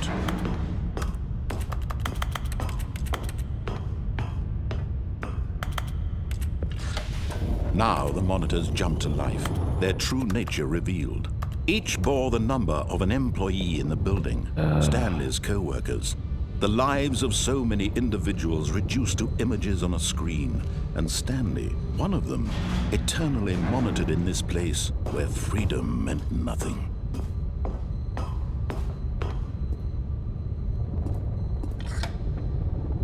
This mind control facility, it was too horrible to believe. It couldn't be true. Had Stanley really been under someone's control all this time? Was this the only reason he was happy with his boring job? That his emotions had been manipulated to accept it blindly? Losing my mind. No. He refused to believe it. He couldn't accept it. His own life in someone else's control? Never! It was unthinkable, wasn't it? Was it even possible? Had he truly spent his entire life utterly blind to the world? Leave the bucket, because I can't take the bucket. But here was the proof, the heart of the operation. Controls labeled with emotions, happy or sad or content. This is all walking, I have. eating, Please. working, all of it monitored and commanded from this very place. With the bucket And is as the the cold bird. reality of his past With began the to sink bucket, in, if I press Stanley no, decided it that this doesn't go away. Please. He said one last go. Please set me free. Do you mean it, buddy? Do you mean it? blackness and a rising chill of uncertainty. Was it over? It is for me. Yes. He had won. He had defeated the machine, unshackled himself from someone else's command. Freedom was mere moments away. And yet, even as the immense door slowly opened, Stanley reflected on how many puzzles still lay unsolved. Where had his co-workers gone? How had he been freed from the machine's grasp? What other mysteries did this strange building hold? But as sunlight streamed into the chamber, he realized none of this mattered to him, for it was not knowledge or even power that he had been seeking, but happiness. Perhaps his goal had not been to understand, but to let go. No longer would anyone tell him where to go, what to do, or how to feel. Whatever life he lives, it will be his. And that was all he needed to know. Oh my god. It was perhaps the only thing worth knowing. That was it. Stanley stepped through the open door.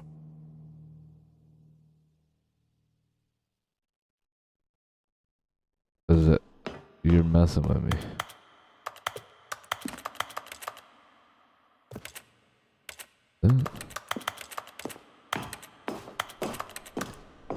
Well, I guess.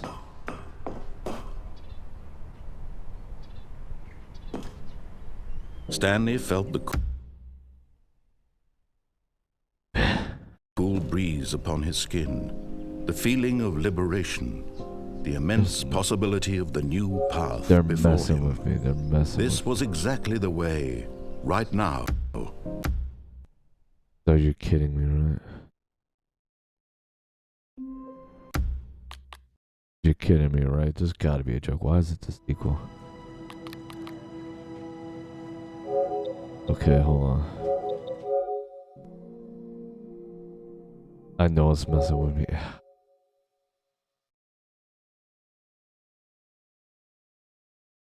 Please. The bucket is included as a deluxe? You're kidding me, please. Ah, please, please, please, please, please. I've put so much time. I'm exhausted. Lost my mind. Like, you see what time it is?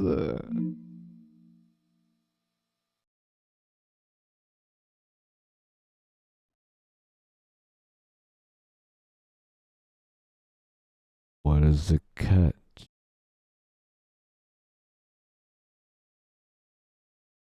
Uh-huh.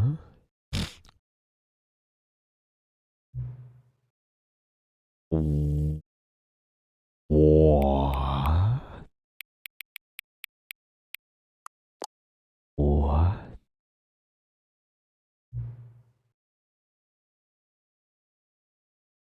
Hang on, hang on. Before we get started, can I just say something? Thank you for actually setting the clock both times you've booted up the game. A lot of people don't take that step seriously. They just leave the clock set at 12 and call it a day. But you're actually, and I appreciate that. That's how I know you care about it. You're paying attention. I don't even have a wave. Tell you what, I'll make you a deal. Since you cooperative, next time you boot up the game and this screen, just set the clock to your favorite time. Go ahead, pick whichever time you want, even if it's not the right time. You've earned it. All right, I'll let you get back to the video game now.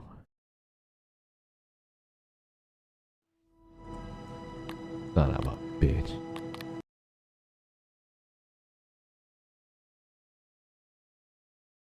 This is the...